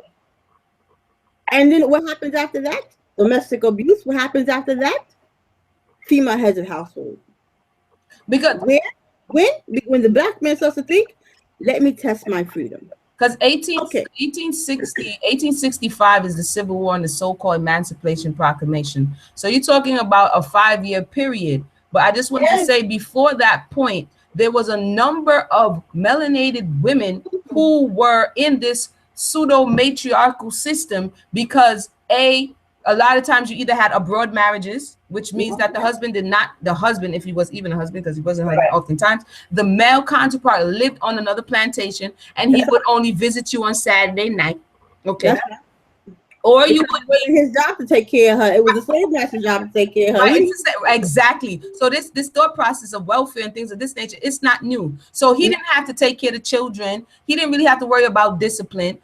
If he did, the slave master would interject. So he was totally stripped and emasculated of his manhood, not by the woman, but by the slave master. Right. So let me give you this date again. This is not 1960. This is 18. So this is 100 years before whatever. A century before. And we're talking half a century after 1960s, right, and 70s, and they're talking about a full century before. Correct. Again, not feminism, a century before, so-called second wave feminism that everybody's up in arms about. Sis, it wasn't even yet the full first wave. If you want the first wave, it was like a baby wave at that time, because the baby wave of feminism, it was the baby wave that got a feminism puddle. Yeah, it was a puddle. It was a stream. You know what I'm saying? So, when you study this history, which we've shared here with you in times past, and then I'll let Mayanah finish up. You see that the time dates is very important, because a lot of times people who just say feminism, they just blur it all together. Right. Time dates that we're talking about, like, y'all nitpicking. No, it's important. It's 100 years. It's 100 years. 1865 is the end. There was female heads of household before that time, during the institution of slavery, because the men would run off. They would live on another plantation. You was breeded by the slave master, so you really ain't got no man. Or you was breeded by a stud who was rented out to your slave master to breed you up. There were so many situations that existed that you were already single. That's right. That's what I'm trying to say to you. The large majority of slaves, you couldn't necessarily marry under the slave master's institution. So the truth is, you were already single to a certain degree. The relationship was already broken. That's right. This just exasperated the situation. But I'll let Mayanah continue, because this is very important. Like Mayanah keeps stressing, this is one whole century. Right. Between the time that you're claiming this thing happened and when it actually, let's say he gave you back the broken pieces. You know what I'm saying? Because 1865, he was like, all right, Negroes, I can't feed you anymore. You can stay on if you want. I'll let you share crop. You tell me what you want to do, but I can't do it anymore. So this is when you lost your abusive daddy, the slave system. You know what I'm saying? And now your abusive daddy, you know what I'm saying, died. And he gave you back the broken.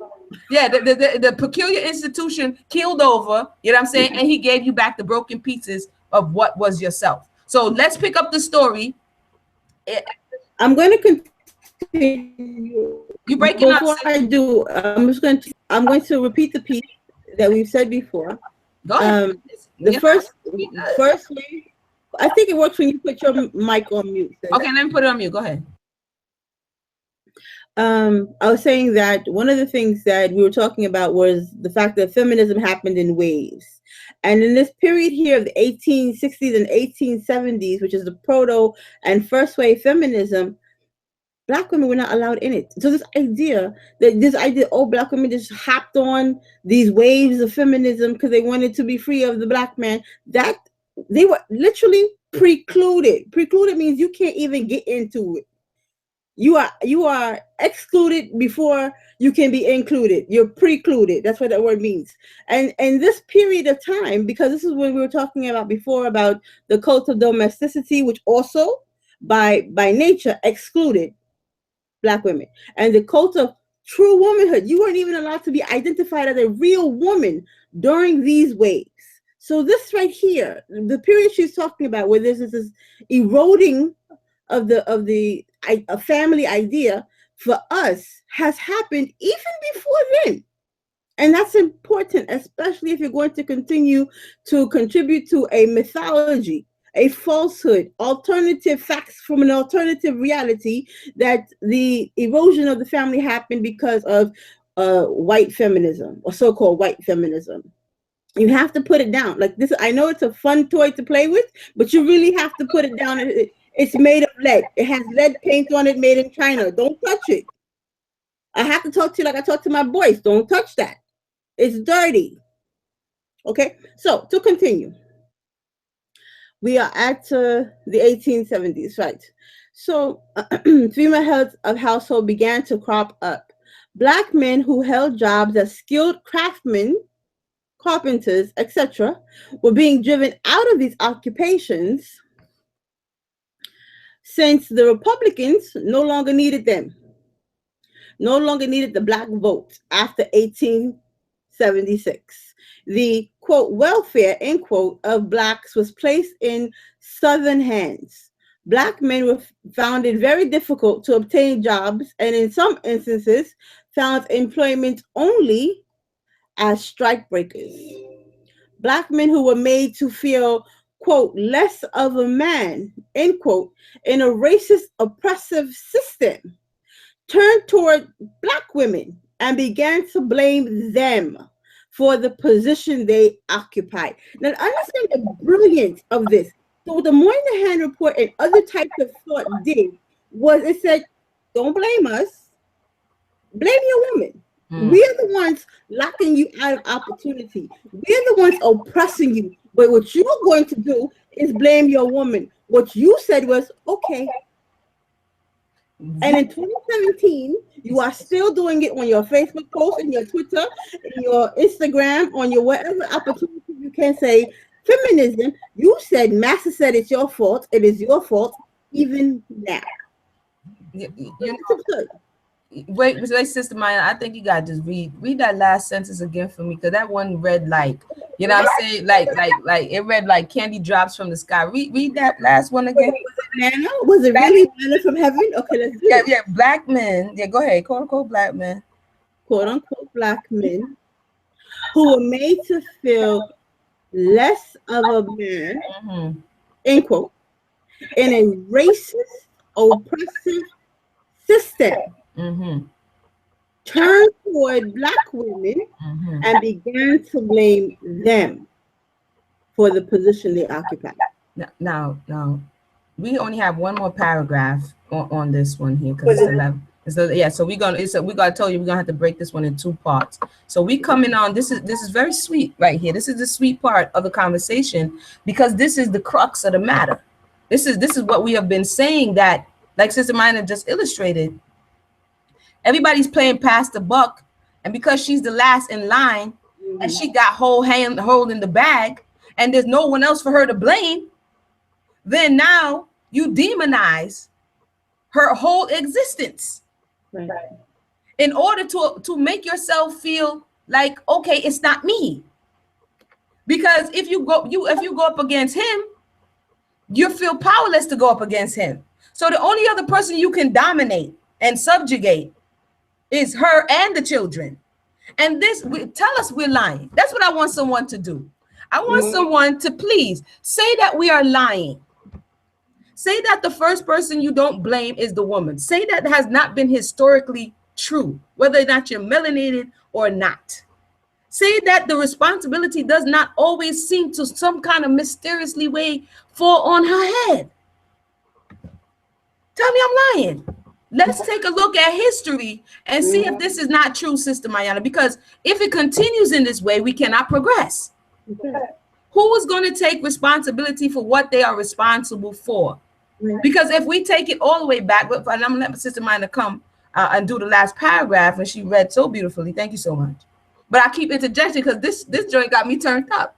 When you look at the slave trade, which I had to get some books, baby, because people stop reading books these days. You can get them nice and inexpensive, okay?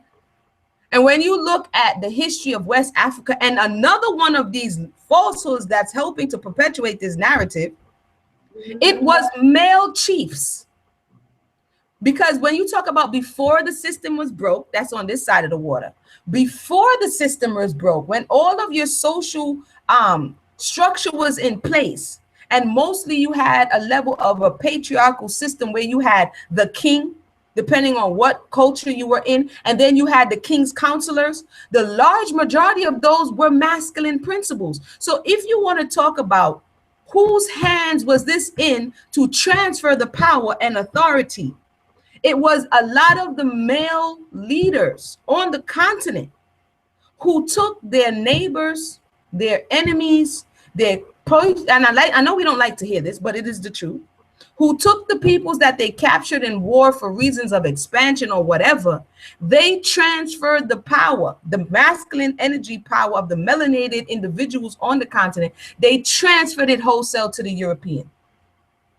So the first hands that it came out of is the masculine principle, and the last hands that it was seen in is the feminine. And everybody who seems to want to forget that it was the large majority of the masculine principle who was buying into this, trading with the European, there wasn't women walking up and down on the trans-Saharan trade routes. That was mostly masculine because it was dangerous territories going back and forth like that. So the masculine principle exchanged for human resources, physical inanimate objects. They were the ones who started this conversation that we're having today, because the protection that was supposed to be wasn't there because you didn't see the other person as yourself. Right. So if you want to trace back the origin of the whole thing, it wasn't females selling slaves. Females wasn't out there shaking hands with the Europeans saying, you know, come and let's have some palm wine and let me tell you, you know, how many people you want to sell today. They weren't correcting the tariffs for the most part. Men were doing that. And at the end of the line, the feminine principle gets all of the blame for everything that happened. I just had to put that in there because I just find that another one of the fallacies that I'll address on the left project, have addressed and will continue to address, because it started somewhere. The European just didn't like, ha, I'm here, give me all your people. That's not how it happened. Right.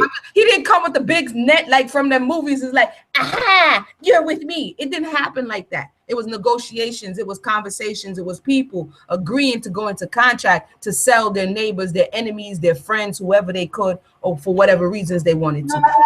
I'm sitting on the soup playing, that's mine. Right. That's mine. Right. That's kind of what was happening. That's kind of what, but I'm sorry. I just had to say that because, again, the person left holding the bag when it all fell apart.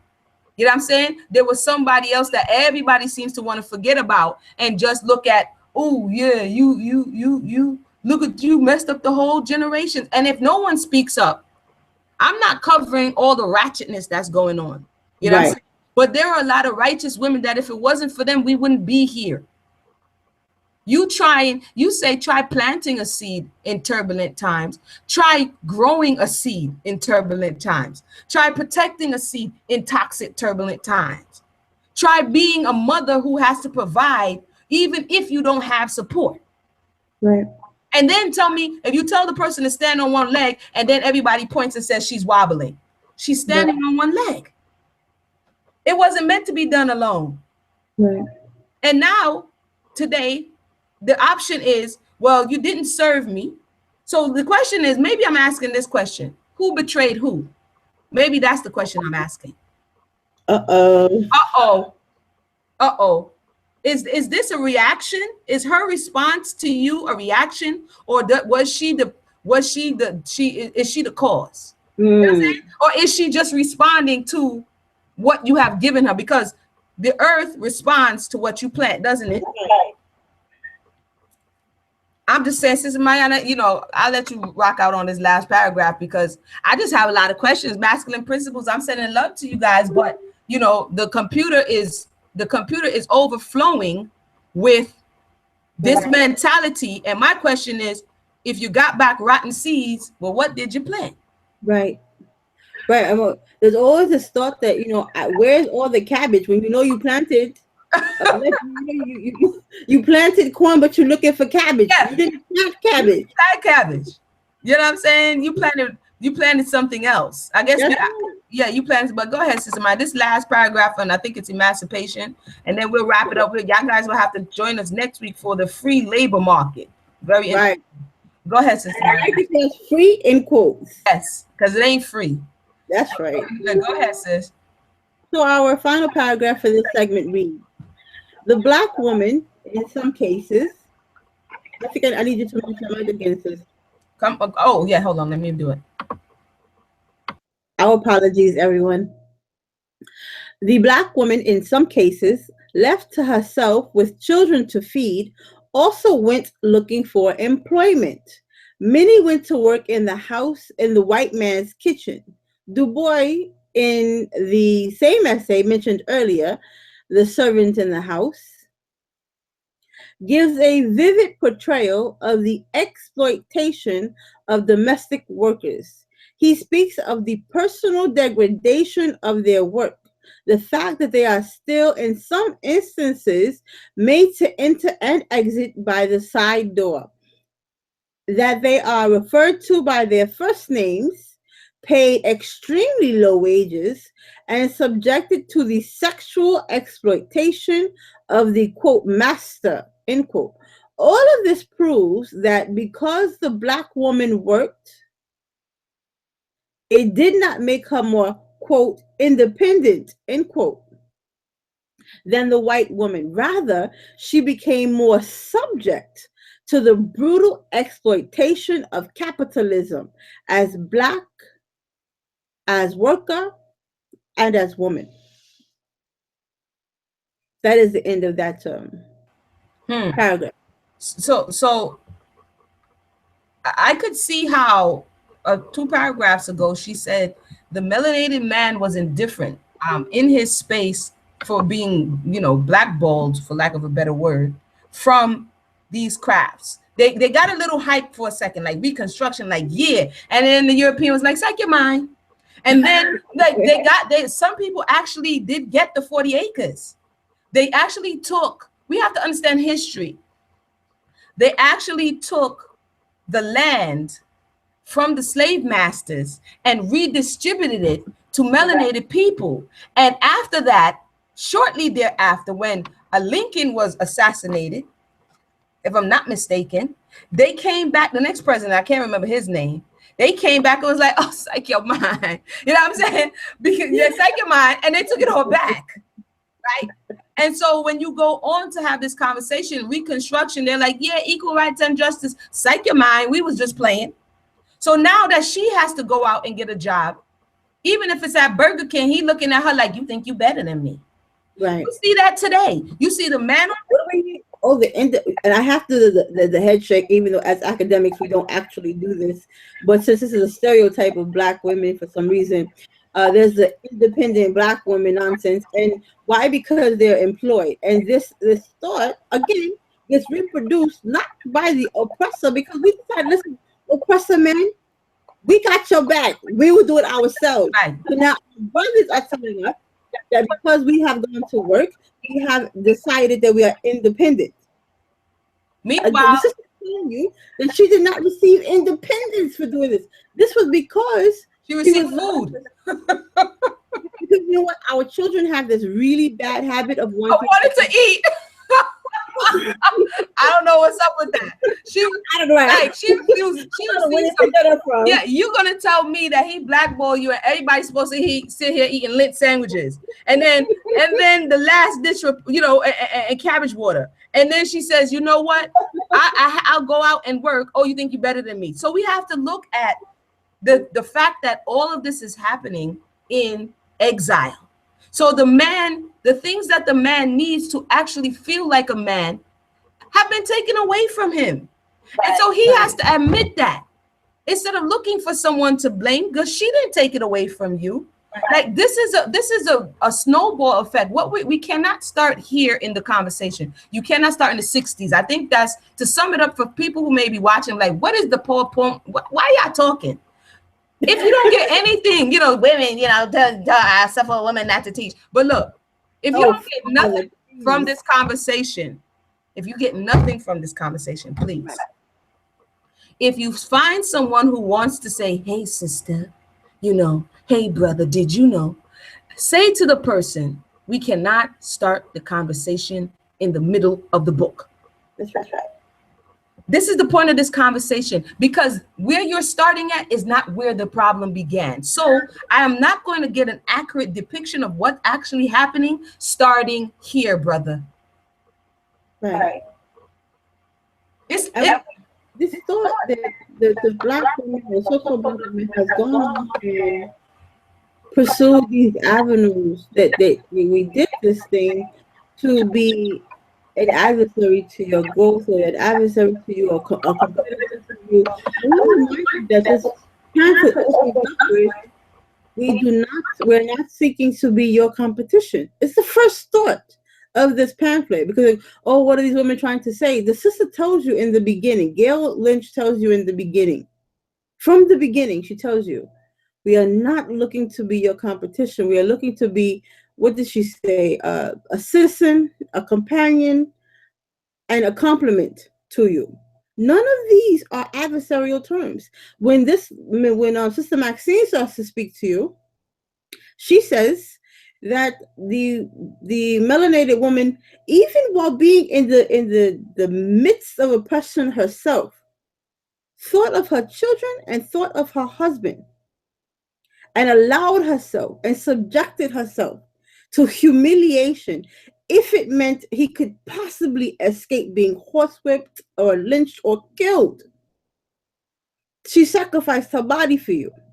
And that's what she did. And Sister said this is not a new thought for a melanated woman to go along with that if it meant protecting her man. Sarah did it. Rivka did it. So to see that this thought duplicates itself in this another crisis. Mind you, this is a crisis. Abraham didn't say it because it was Tuesday. Abraham realized he was facing a crisis. And Sarai didn't say, oh, because she wanted to hang out in the Pharaoh's house. It's because she understood that the family was in crisis. Slavery, I don't know. Was it crisis, Sister Mayanah? I heard it was cool inside. They had air conditioned little fans and stuff. Crazy. For those who just joined us, we are at the end of the broadcast. We gave out a number of references and books so that you can follow along. Please type in your search box, The Black Woman Manifesto. You should see it come up, PDF. You can read it so that next week you will be prepared as we continue the conversation. Also, the reference within this week's is the Moynihan Report, taken out by the U.S. Department of Labor in 1965. Make yourself familiar with these things so that when we're having the conversation, you will be able to converse in an informed manner, because that's kind of what we need to get to.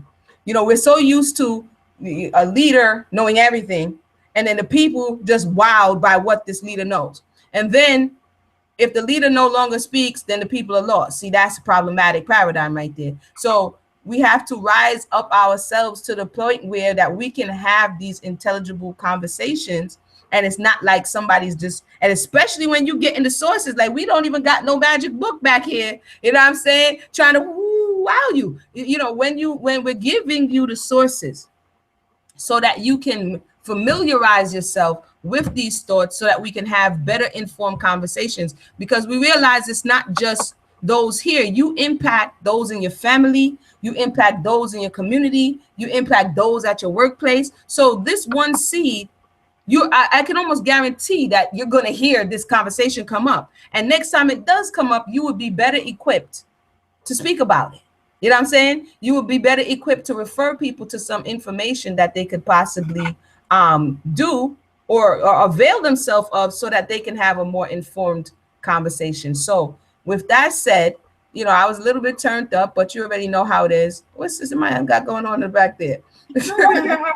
Now, okay, B Park say just downloaded the manifesto. So we're going to look for B Parks next week to be involved in the conversation. And also, if you want to be on this side of the camera, we can make it happen, because this is a community conversation. You know what I'm saying? You know what I mean? Everybody get their little soapbox and come hang out. We have this conversation because that's the kind of space that we live in. Once again, I thought it was very important to read this as it was written with a little bit of commentary, because sometimes we would think that we're making these things up, right? And that there's these new thoughts, and these sisters, no.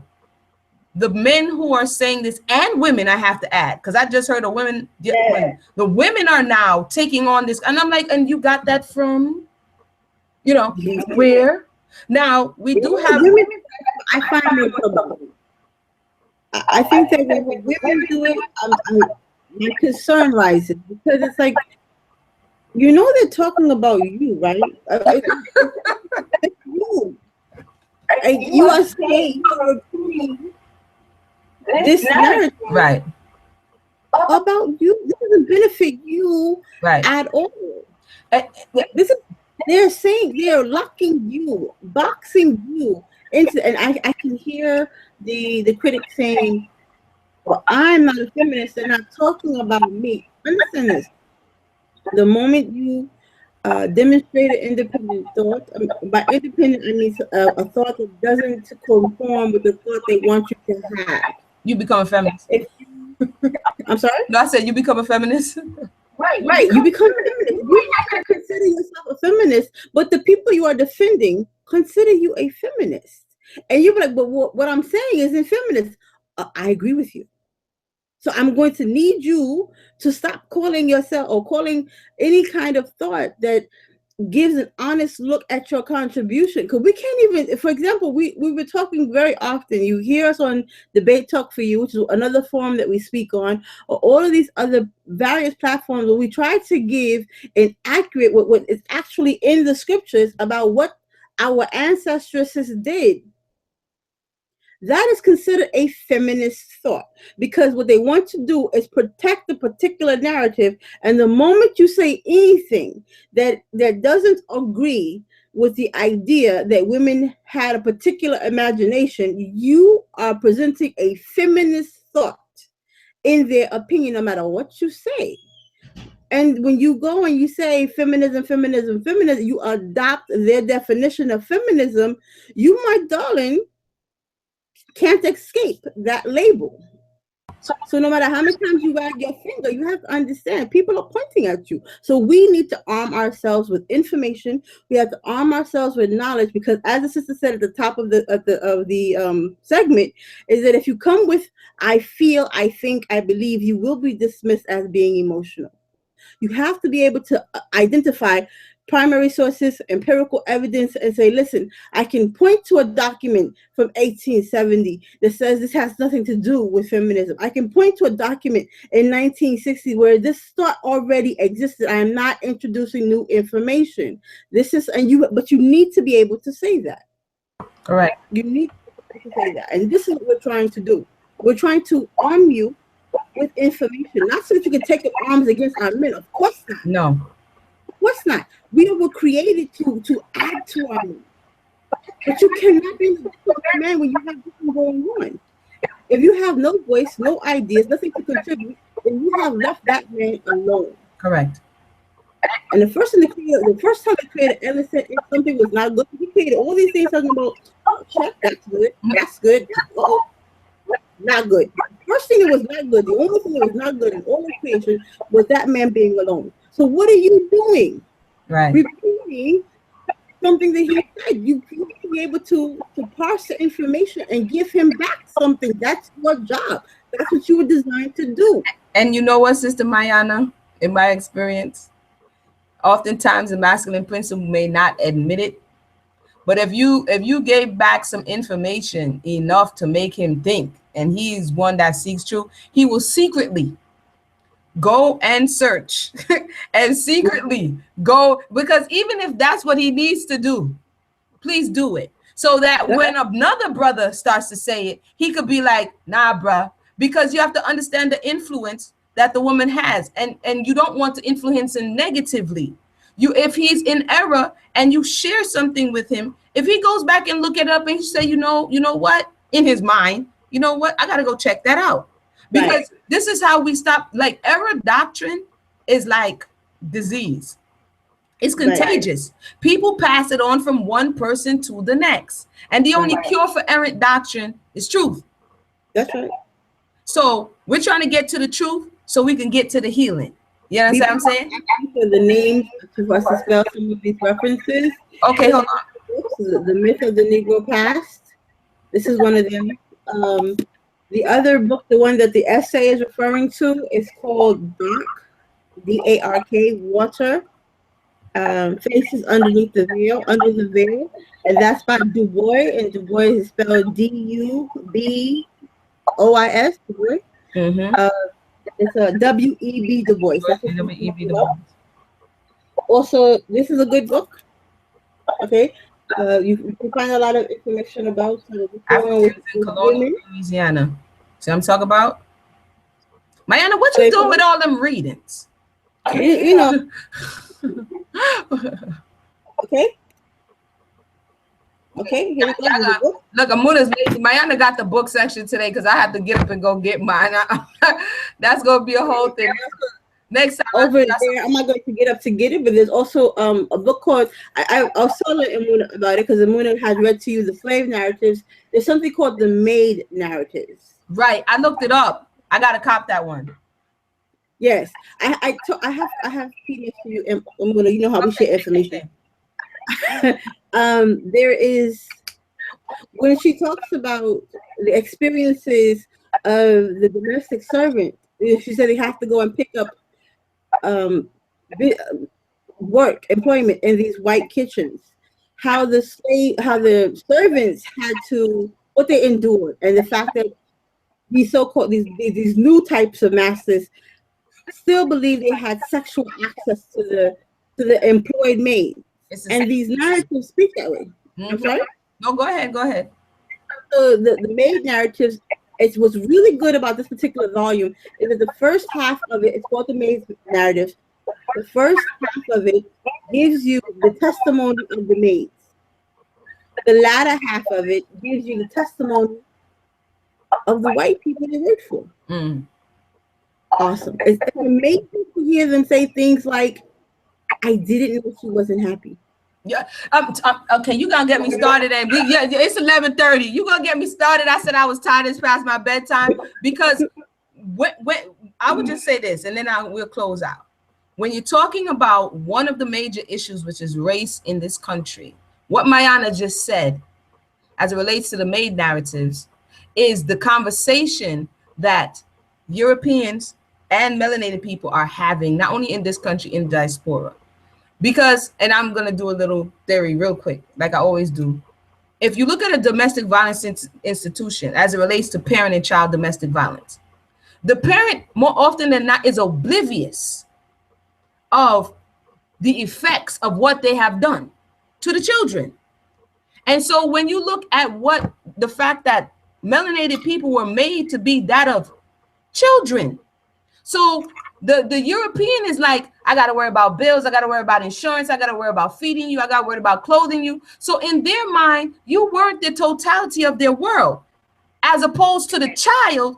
The parent is the totality of the child's world. So this fixation that melanated people have with the European is not let me just say, the sentiment is not the same the other way around. Do you understand what I'm saying? Because oftentimes when you hear them speak in these spaces where there was no PC, there was no political correctness, their thought was Negroes are just like children. You got to treat them like children. This is what they would continue. They're a perpetual child. You feed them and rub their belly and they're good. So in their mind, I'm going to reduce you to the state of a child. All I need to do is feed, clothe, and house you loosely, and you produce for me. Melanated people, the European, became more often than not your power source, your world. So after that damage, after we came out of that damaged system, we still have that mindset. So the European, he's like, I didn't even know that. And then we get upset, just like a parent to a child. You're not validating my existence. And they're saying, I know all that was going on, because the reality is they really didn't care. And this is one thing we have to do when we're talking about these race relations and this conversation, and people start getting all out of pocket, is because we are still not understanding it. We're still processing it from the level that the damage was done. We have to elevate our consciousness, get more information and knowledge, and source it so that we could really take a look at what we're seeing before us. Because outside of that, you just get people upset, throwing their hands in the air, and forcing the other side to see their point of view. So again, my suggestion is study a little bit about domestic violence institution, and you'll begin to understand. They have a lot of work and research on that. You'll begin to understand that relationship, that abusive relationship, and the damage, how the damage looks after the abuse have been done. So, okay. If anybody has any more questions, feel free to ask, or you can put it under the video. We at 11:30. You know what I'm saying? This is some fire right here, Sister Mayanah. I don't even think I got no more juice to go read my bowel care book. I said I was going to read a chapter. Help the people in the chat room get some of these links and these titles. Yeah, no, you good. I was you guys miss out when you don't catch us live, because we're able to interact with you. So we appreciate those of you who support by viewing when we're live. We will absolutely do our very best to help you out. Spread the word to others, because again, the more informed people we have out there, the better, the more likely we are to eliminate so much of this bad information. The danger is not in the fact that there is conversation. The problem is that it's such bad conversation with bad information. Correct. keeps getting recycled. People are talking. Right. People's not thinking about anything intelligent. It's like sending your child to school to learn about procreation from their 12-year-old friend. Agree. Exactly. And it's like children are giving each other bad information. Yeah. Yeah, it's like, who told you that? It's like, oh, Becky at school told me. You're like, where did you get that from? Like, who told Becky that? And he's like, oh, my 15-year-old cousin. You know what I'm saying? And it's like, okay, you guys gonna need to stop talking. Like, stop sending Becky to do the work. Who the 15-year-old get it from? Or the 15-year-old got it from the 18-year-old who's being molested by her uncle. Correct. So that's what she's got bad information. So the 15-year-old got it from the person that has a problem. Correct. Okay, this 18-year-old has a very bad history of bad information, so she doesn't know what sex is about. Her frame of reference is all corrupted. So the 15-year-old is corrupted. The other child is corrupted. And now your child is corrupted. And they about to tell a 5-year-old. You better watch the children, man. Don't let your children just be floating around. See, y'all getting me into other subjects, but watch your children. Watch your children. Don't be like, oh, they friends. And when I was growing up, ain't nothing them friend. You know what I'm saying? You don't just send off your children to people like my parents was like, friend, what that? Something them friend? Which friend? Yeah. So be careful, especially your little boy children, as well as your little girl children. Some people are vigilant with the girl children and let the boy children can be molested. I know it's a little bit off the topic, but it's on topic because a lot of molestation grew out of this space from slavery and going forward. Understand that. A lot of molestation.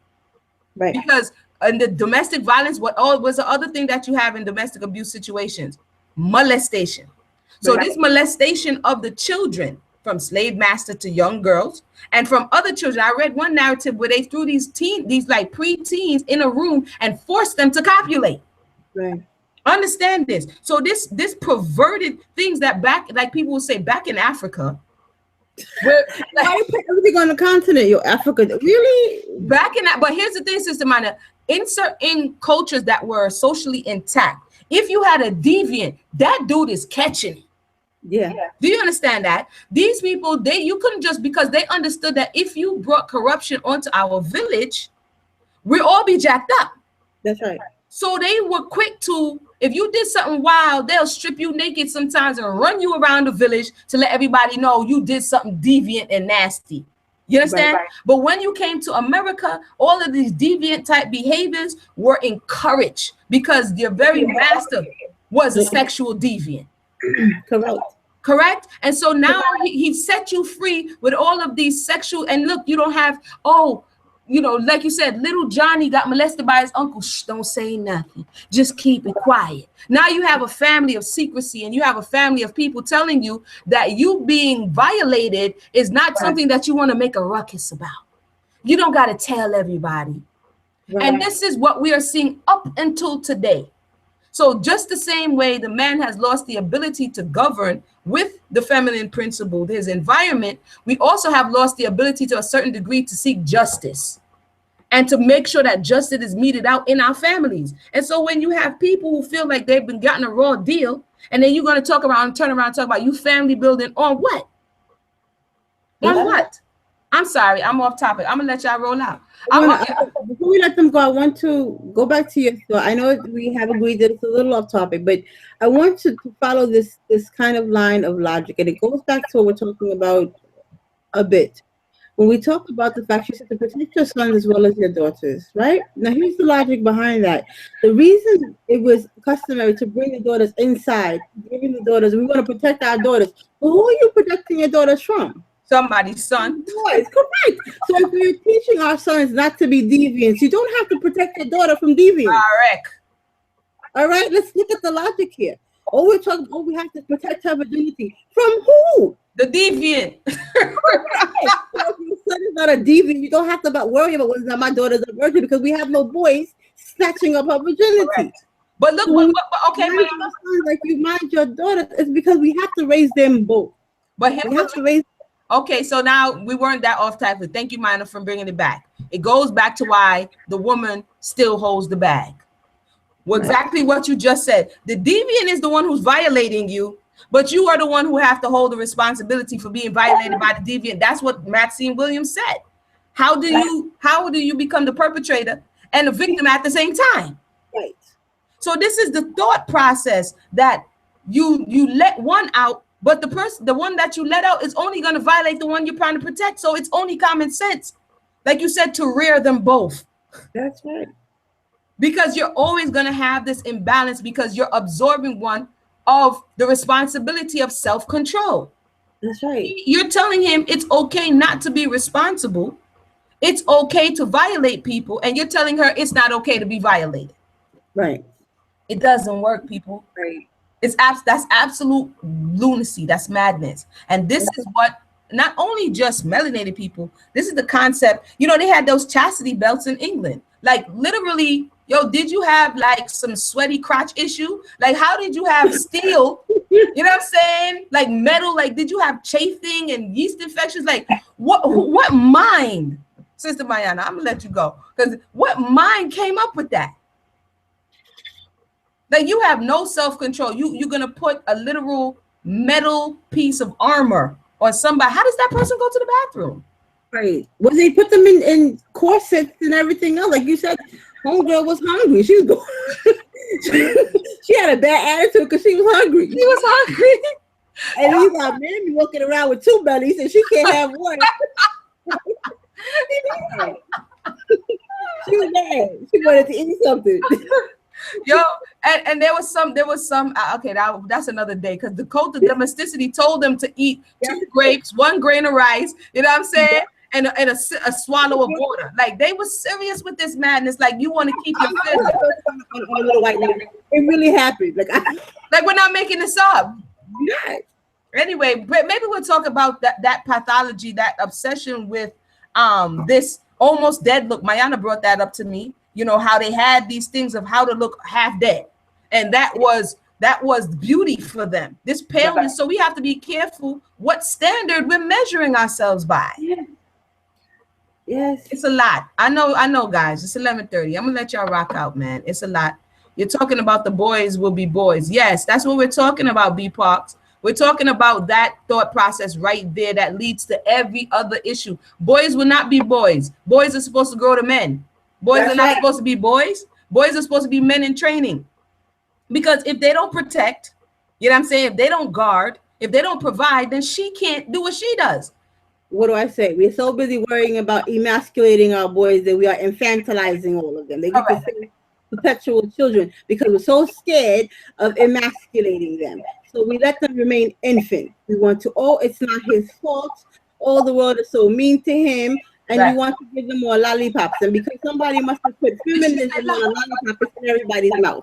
I can't, yo. Did she say lollipops? Okay, people. I keep promising we're going to be out, but y'all still watching, so I guess y'all want to hear some, you know, this is the spillover. What y'all actually having the green milk conversation, you know, before we actually close off, because this is what we usually do. So you're getting a peek into the green room right now, which is all of the information that you've taken in. It begins to spill out. You know what I'm saying? Because it's so much that you want to share, but there's not enough time in the day to do so. And we just have to raise up our consciousness on both sides. Feminine and masculine principle have to come into balance. Right. There's nothing else that will work. There's nothing else that has worked. The feminine can't be like Bay on the stage. Oh, the women independent. That's a problem. No more Beyonce. Oh, the women and carrying on. Yo, stop that. You know what I'm saying? Right. To the left. No, I'm not supporting that. At the same time, I'm not supporting the hatred, the venom. Right. In B word. Oh, she's a B. Call her a B. She's a domestic discipline. She's the mother of your children. So therefore, your next generation is doomed. That's right. So there has to be a real conversation here. Who are you really upset with? Who really dropped the ball? Because if she drop her hands, it's all done. That's right. Understand that. Even when it's raining, snowing, and hailstorming on her head, if she drops her hands, it's done. It's done. Understand that. So when we talk about rehabilitation, when we talk about healing, this is necessity. Because who I see one single father and he wants an applaud for taking the child to school, for feeding the child. Oh, it's so hard to be a single father. Huh? Oh, she's just complaining when she's going to work for 12, 14 hours, coming home, taking care of, she's complaining. But when you have to do it, somebody give me a Grammy. I need a Tony Award. I need the Guild. Yeah. You know, this is when you feel the other side of it. Come again? Where's my lollipop? Where's my yeah, where's my sweetie? Let me get a ginger snap. But yeah, you know, I'm being a little funny right now because if I don't, I'm not gonna stop. So it's we'll talk about, I guess one day we'll have a freestyle conversation, Mayanah, like all the stuff that just agitates the snot out of me. And I just we'll do the grind my gears segment. Yeah, you know what I'm saying? It really itches my eyebrows when I hear a lot of this madness that we do and say for likes and comments, and man, that stuff is whack. You know what I'm saying? Stop talking about building, start talking about repairing. You know what I'm saying? You don't build a new body, you repair your cells, and then your cells regenerate a body for you. Because it already has the mechanism in it. You don't be like, yeah, I'm gonna build me a new body. No, you feed you in there like plastic surgery me. That's how you build a new body. That's prosthetics. But your cells were made to regenerate. So when you feed it the right substances, everything will fall back into place. So so it is with our relationships. When you give it back the right substance that it needs, you don't need no skin grafts. You know what I'm saying? You don't need no prosthetics. You need to heal the broken spaces and it will begin to regenerate. She will respect you if you can protect her. If you can provide for her. You're asking her to live in a house without a front door and without food, and then say, because you are in a house, respect me. There's some things that we need to talk about, some real common sense things. You know, she don't got no roof, she don't got no windows. And you like, at least you in a house, dude. I didn't know it was a house without roof and windows. You know what I'm saying? I'm gonna kind of need a door. You know what I mean? Just maybe. You know what I'm saying? Possibly. Maybe a roof would be nice. For the show, you know, we talked about a rose that grows from concrete. All you want to do is complain about the damage of the petals and not think about, wow, a rose grew in concrete. How did that happen? How did that happen? Right. How did that happen? So with that said, no, for real this time, 11:40. Everybody have a blessed night. Y'all can see I have a little spillover from just too much. The C3 challenge. That's right. Our sponsor. Oh yeah, a word from our sponsor. The C3 challenge, the colon cleanse challenge at www.c3challenge.club, CLUB, where you can flush a lot of these toxins out of your system. You know, I was reading this very interesting book. Everybody, if you have an opportunity, I don't do everything, so because of some of them colonics, you know what I'm saying, there are other ways. But this book spoke about storing of emotions in your stomach. This is why a lot of people do emotional eating. And now if you have toxic emotions and toxic energy, a lot of times this is why we're attracted to junk food. You know what I'm saying? A lot of sugars, a lot of starches and things of that nature. And so our emotional stress, our environmental stress affects our physical body and specifically our colon. Now, lastly, if the colon closes, everything's a wrap. Feel me? Because the colon is what makes, it's the sanitation of the system. So it's like if your toilet is stopped up, it's a wrap. You keep pooing in that toilet, it's going to be a real problem. And this book brought up a very important thing where it speaks about the plagues, when there were plagues in Europe and even in America, in New York, before the sanitation system, it was because there was sewer in the streets. That's right. Okay, so if we have backed up sewer systems, meaning our colons, because of the lifestyles that we're living and the foods that we're eating, your sewer system will begin to spill back into your body and begin to affect your organs, like your liver, like your kidneys, like your gallbladder. So a lot of these issues that we're experiencing starts in the colon, and that's why you might be full of good night. That's my tip today. Sister Mayanah got her back. Yes, Sister Mayanah. What is it? Yes, Blessed herbs. Open it tomorrow for us, sis. Open it tomorrow for us so we can see the full thing, because this is at the end of the video. Some people are like, I'm tired. Open it for us tomorrow and then we'll share it, because we sponsored, C3 sponsored Sister Mayanah. Sister Mayanah diligently came into the program. She does so much work for the community. So we're giving back, because that's what we're about. So we sponsored the package for Sister Mayanah, and thank you very much, everybody. All praise be to the Most High. So with that said, if you don't know, I'll put a link in the box. I think it's already in the box.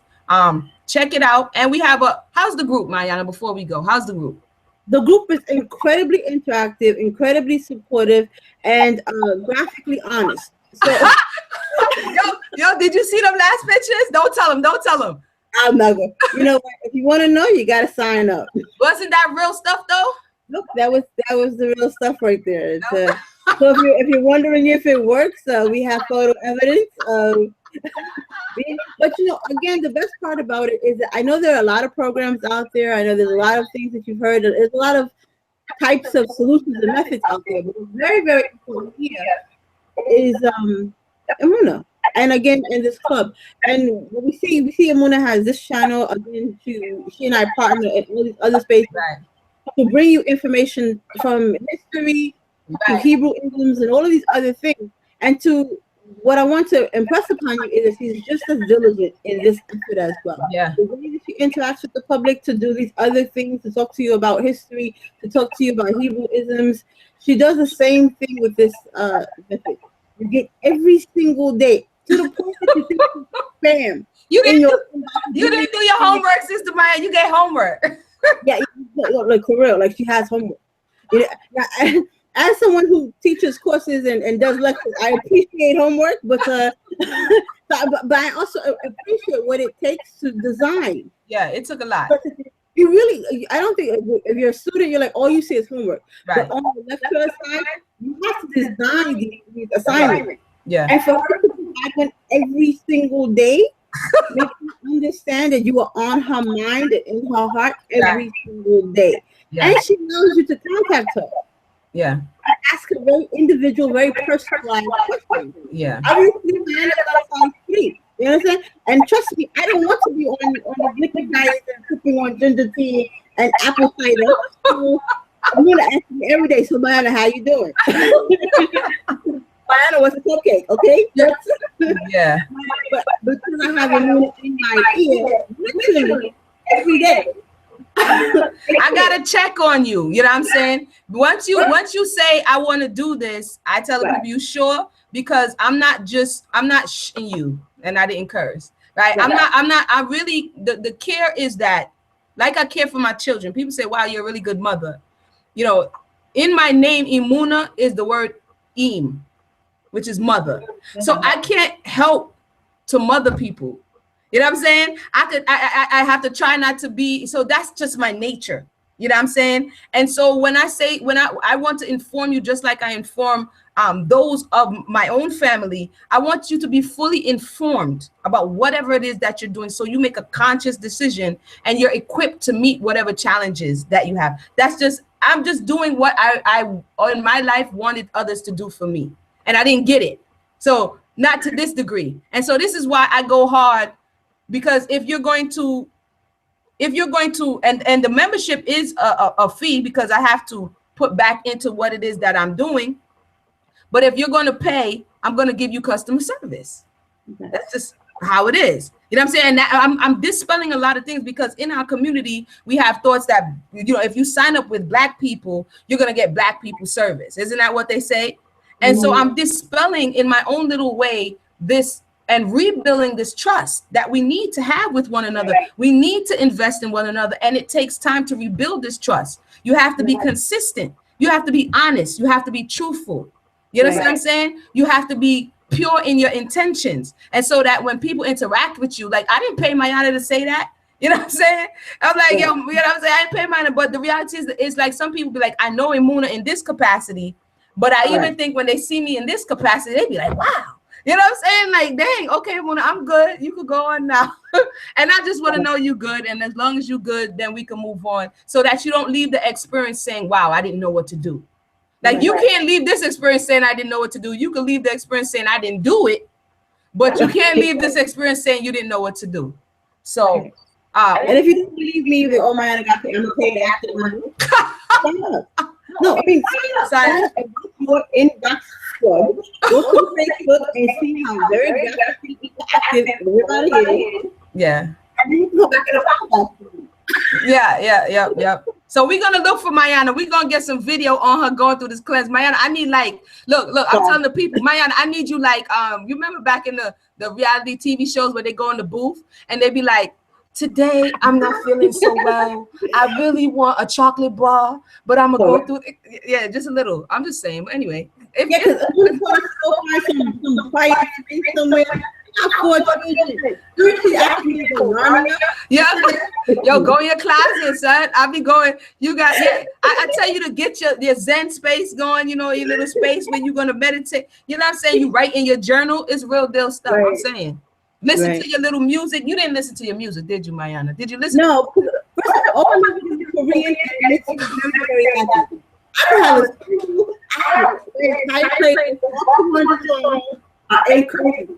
Listen, don't follow Mayanah. Don't follow Mayanah. Y'all do your homework. If y'all join up, do your homework, man. I'm telling you. My brother came and he was really, his journal was popping. I was like, dang, I ain't gonna read your stuff. But his journal was beasting. I'm like, all right now. So with that said, I said good night like 50 times, and this is the 51st. Everybody, thank you for tuning. Yeah, Lala Tove, thank you for sticking with us. I hope everybody have a blessed night.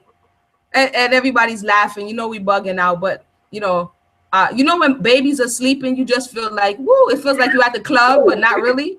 So I kind of have that club feel like I'm at the club, but not really. But anyway, everybody have a blessed night.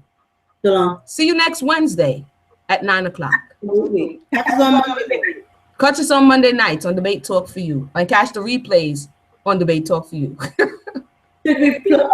And catch the replays also on, or we're gonna be re-uploading a lot of these videos to the Palm.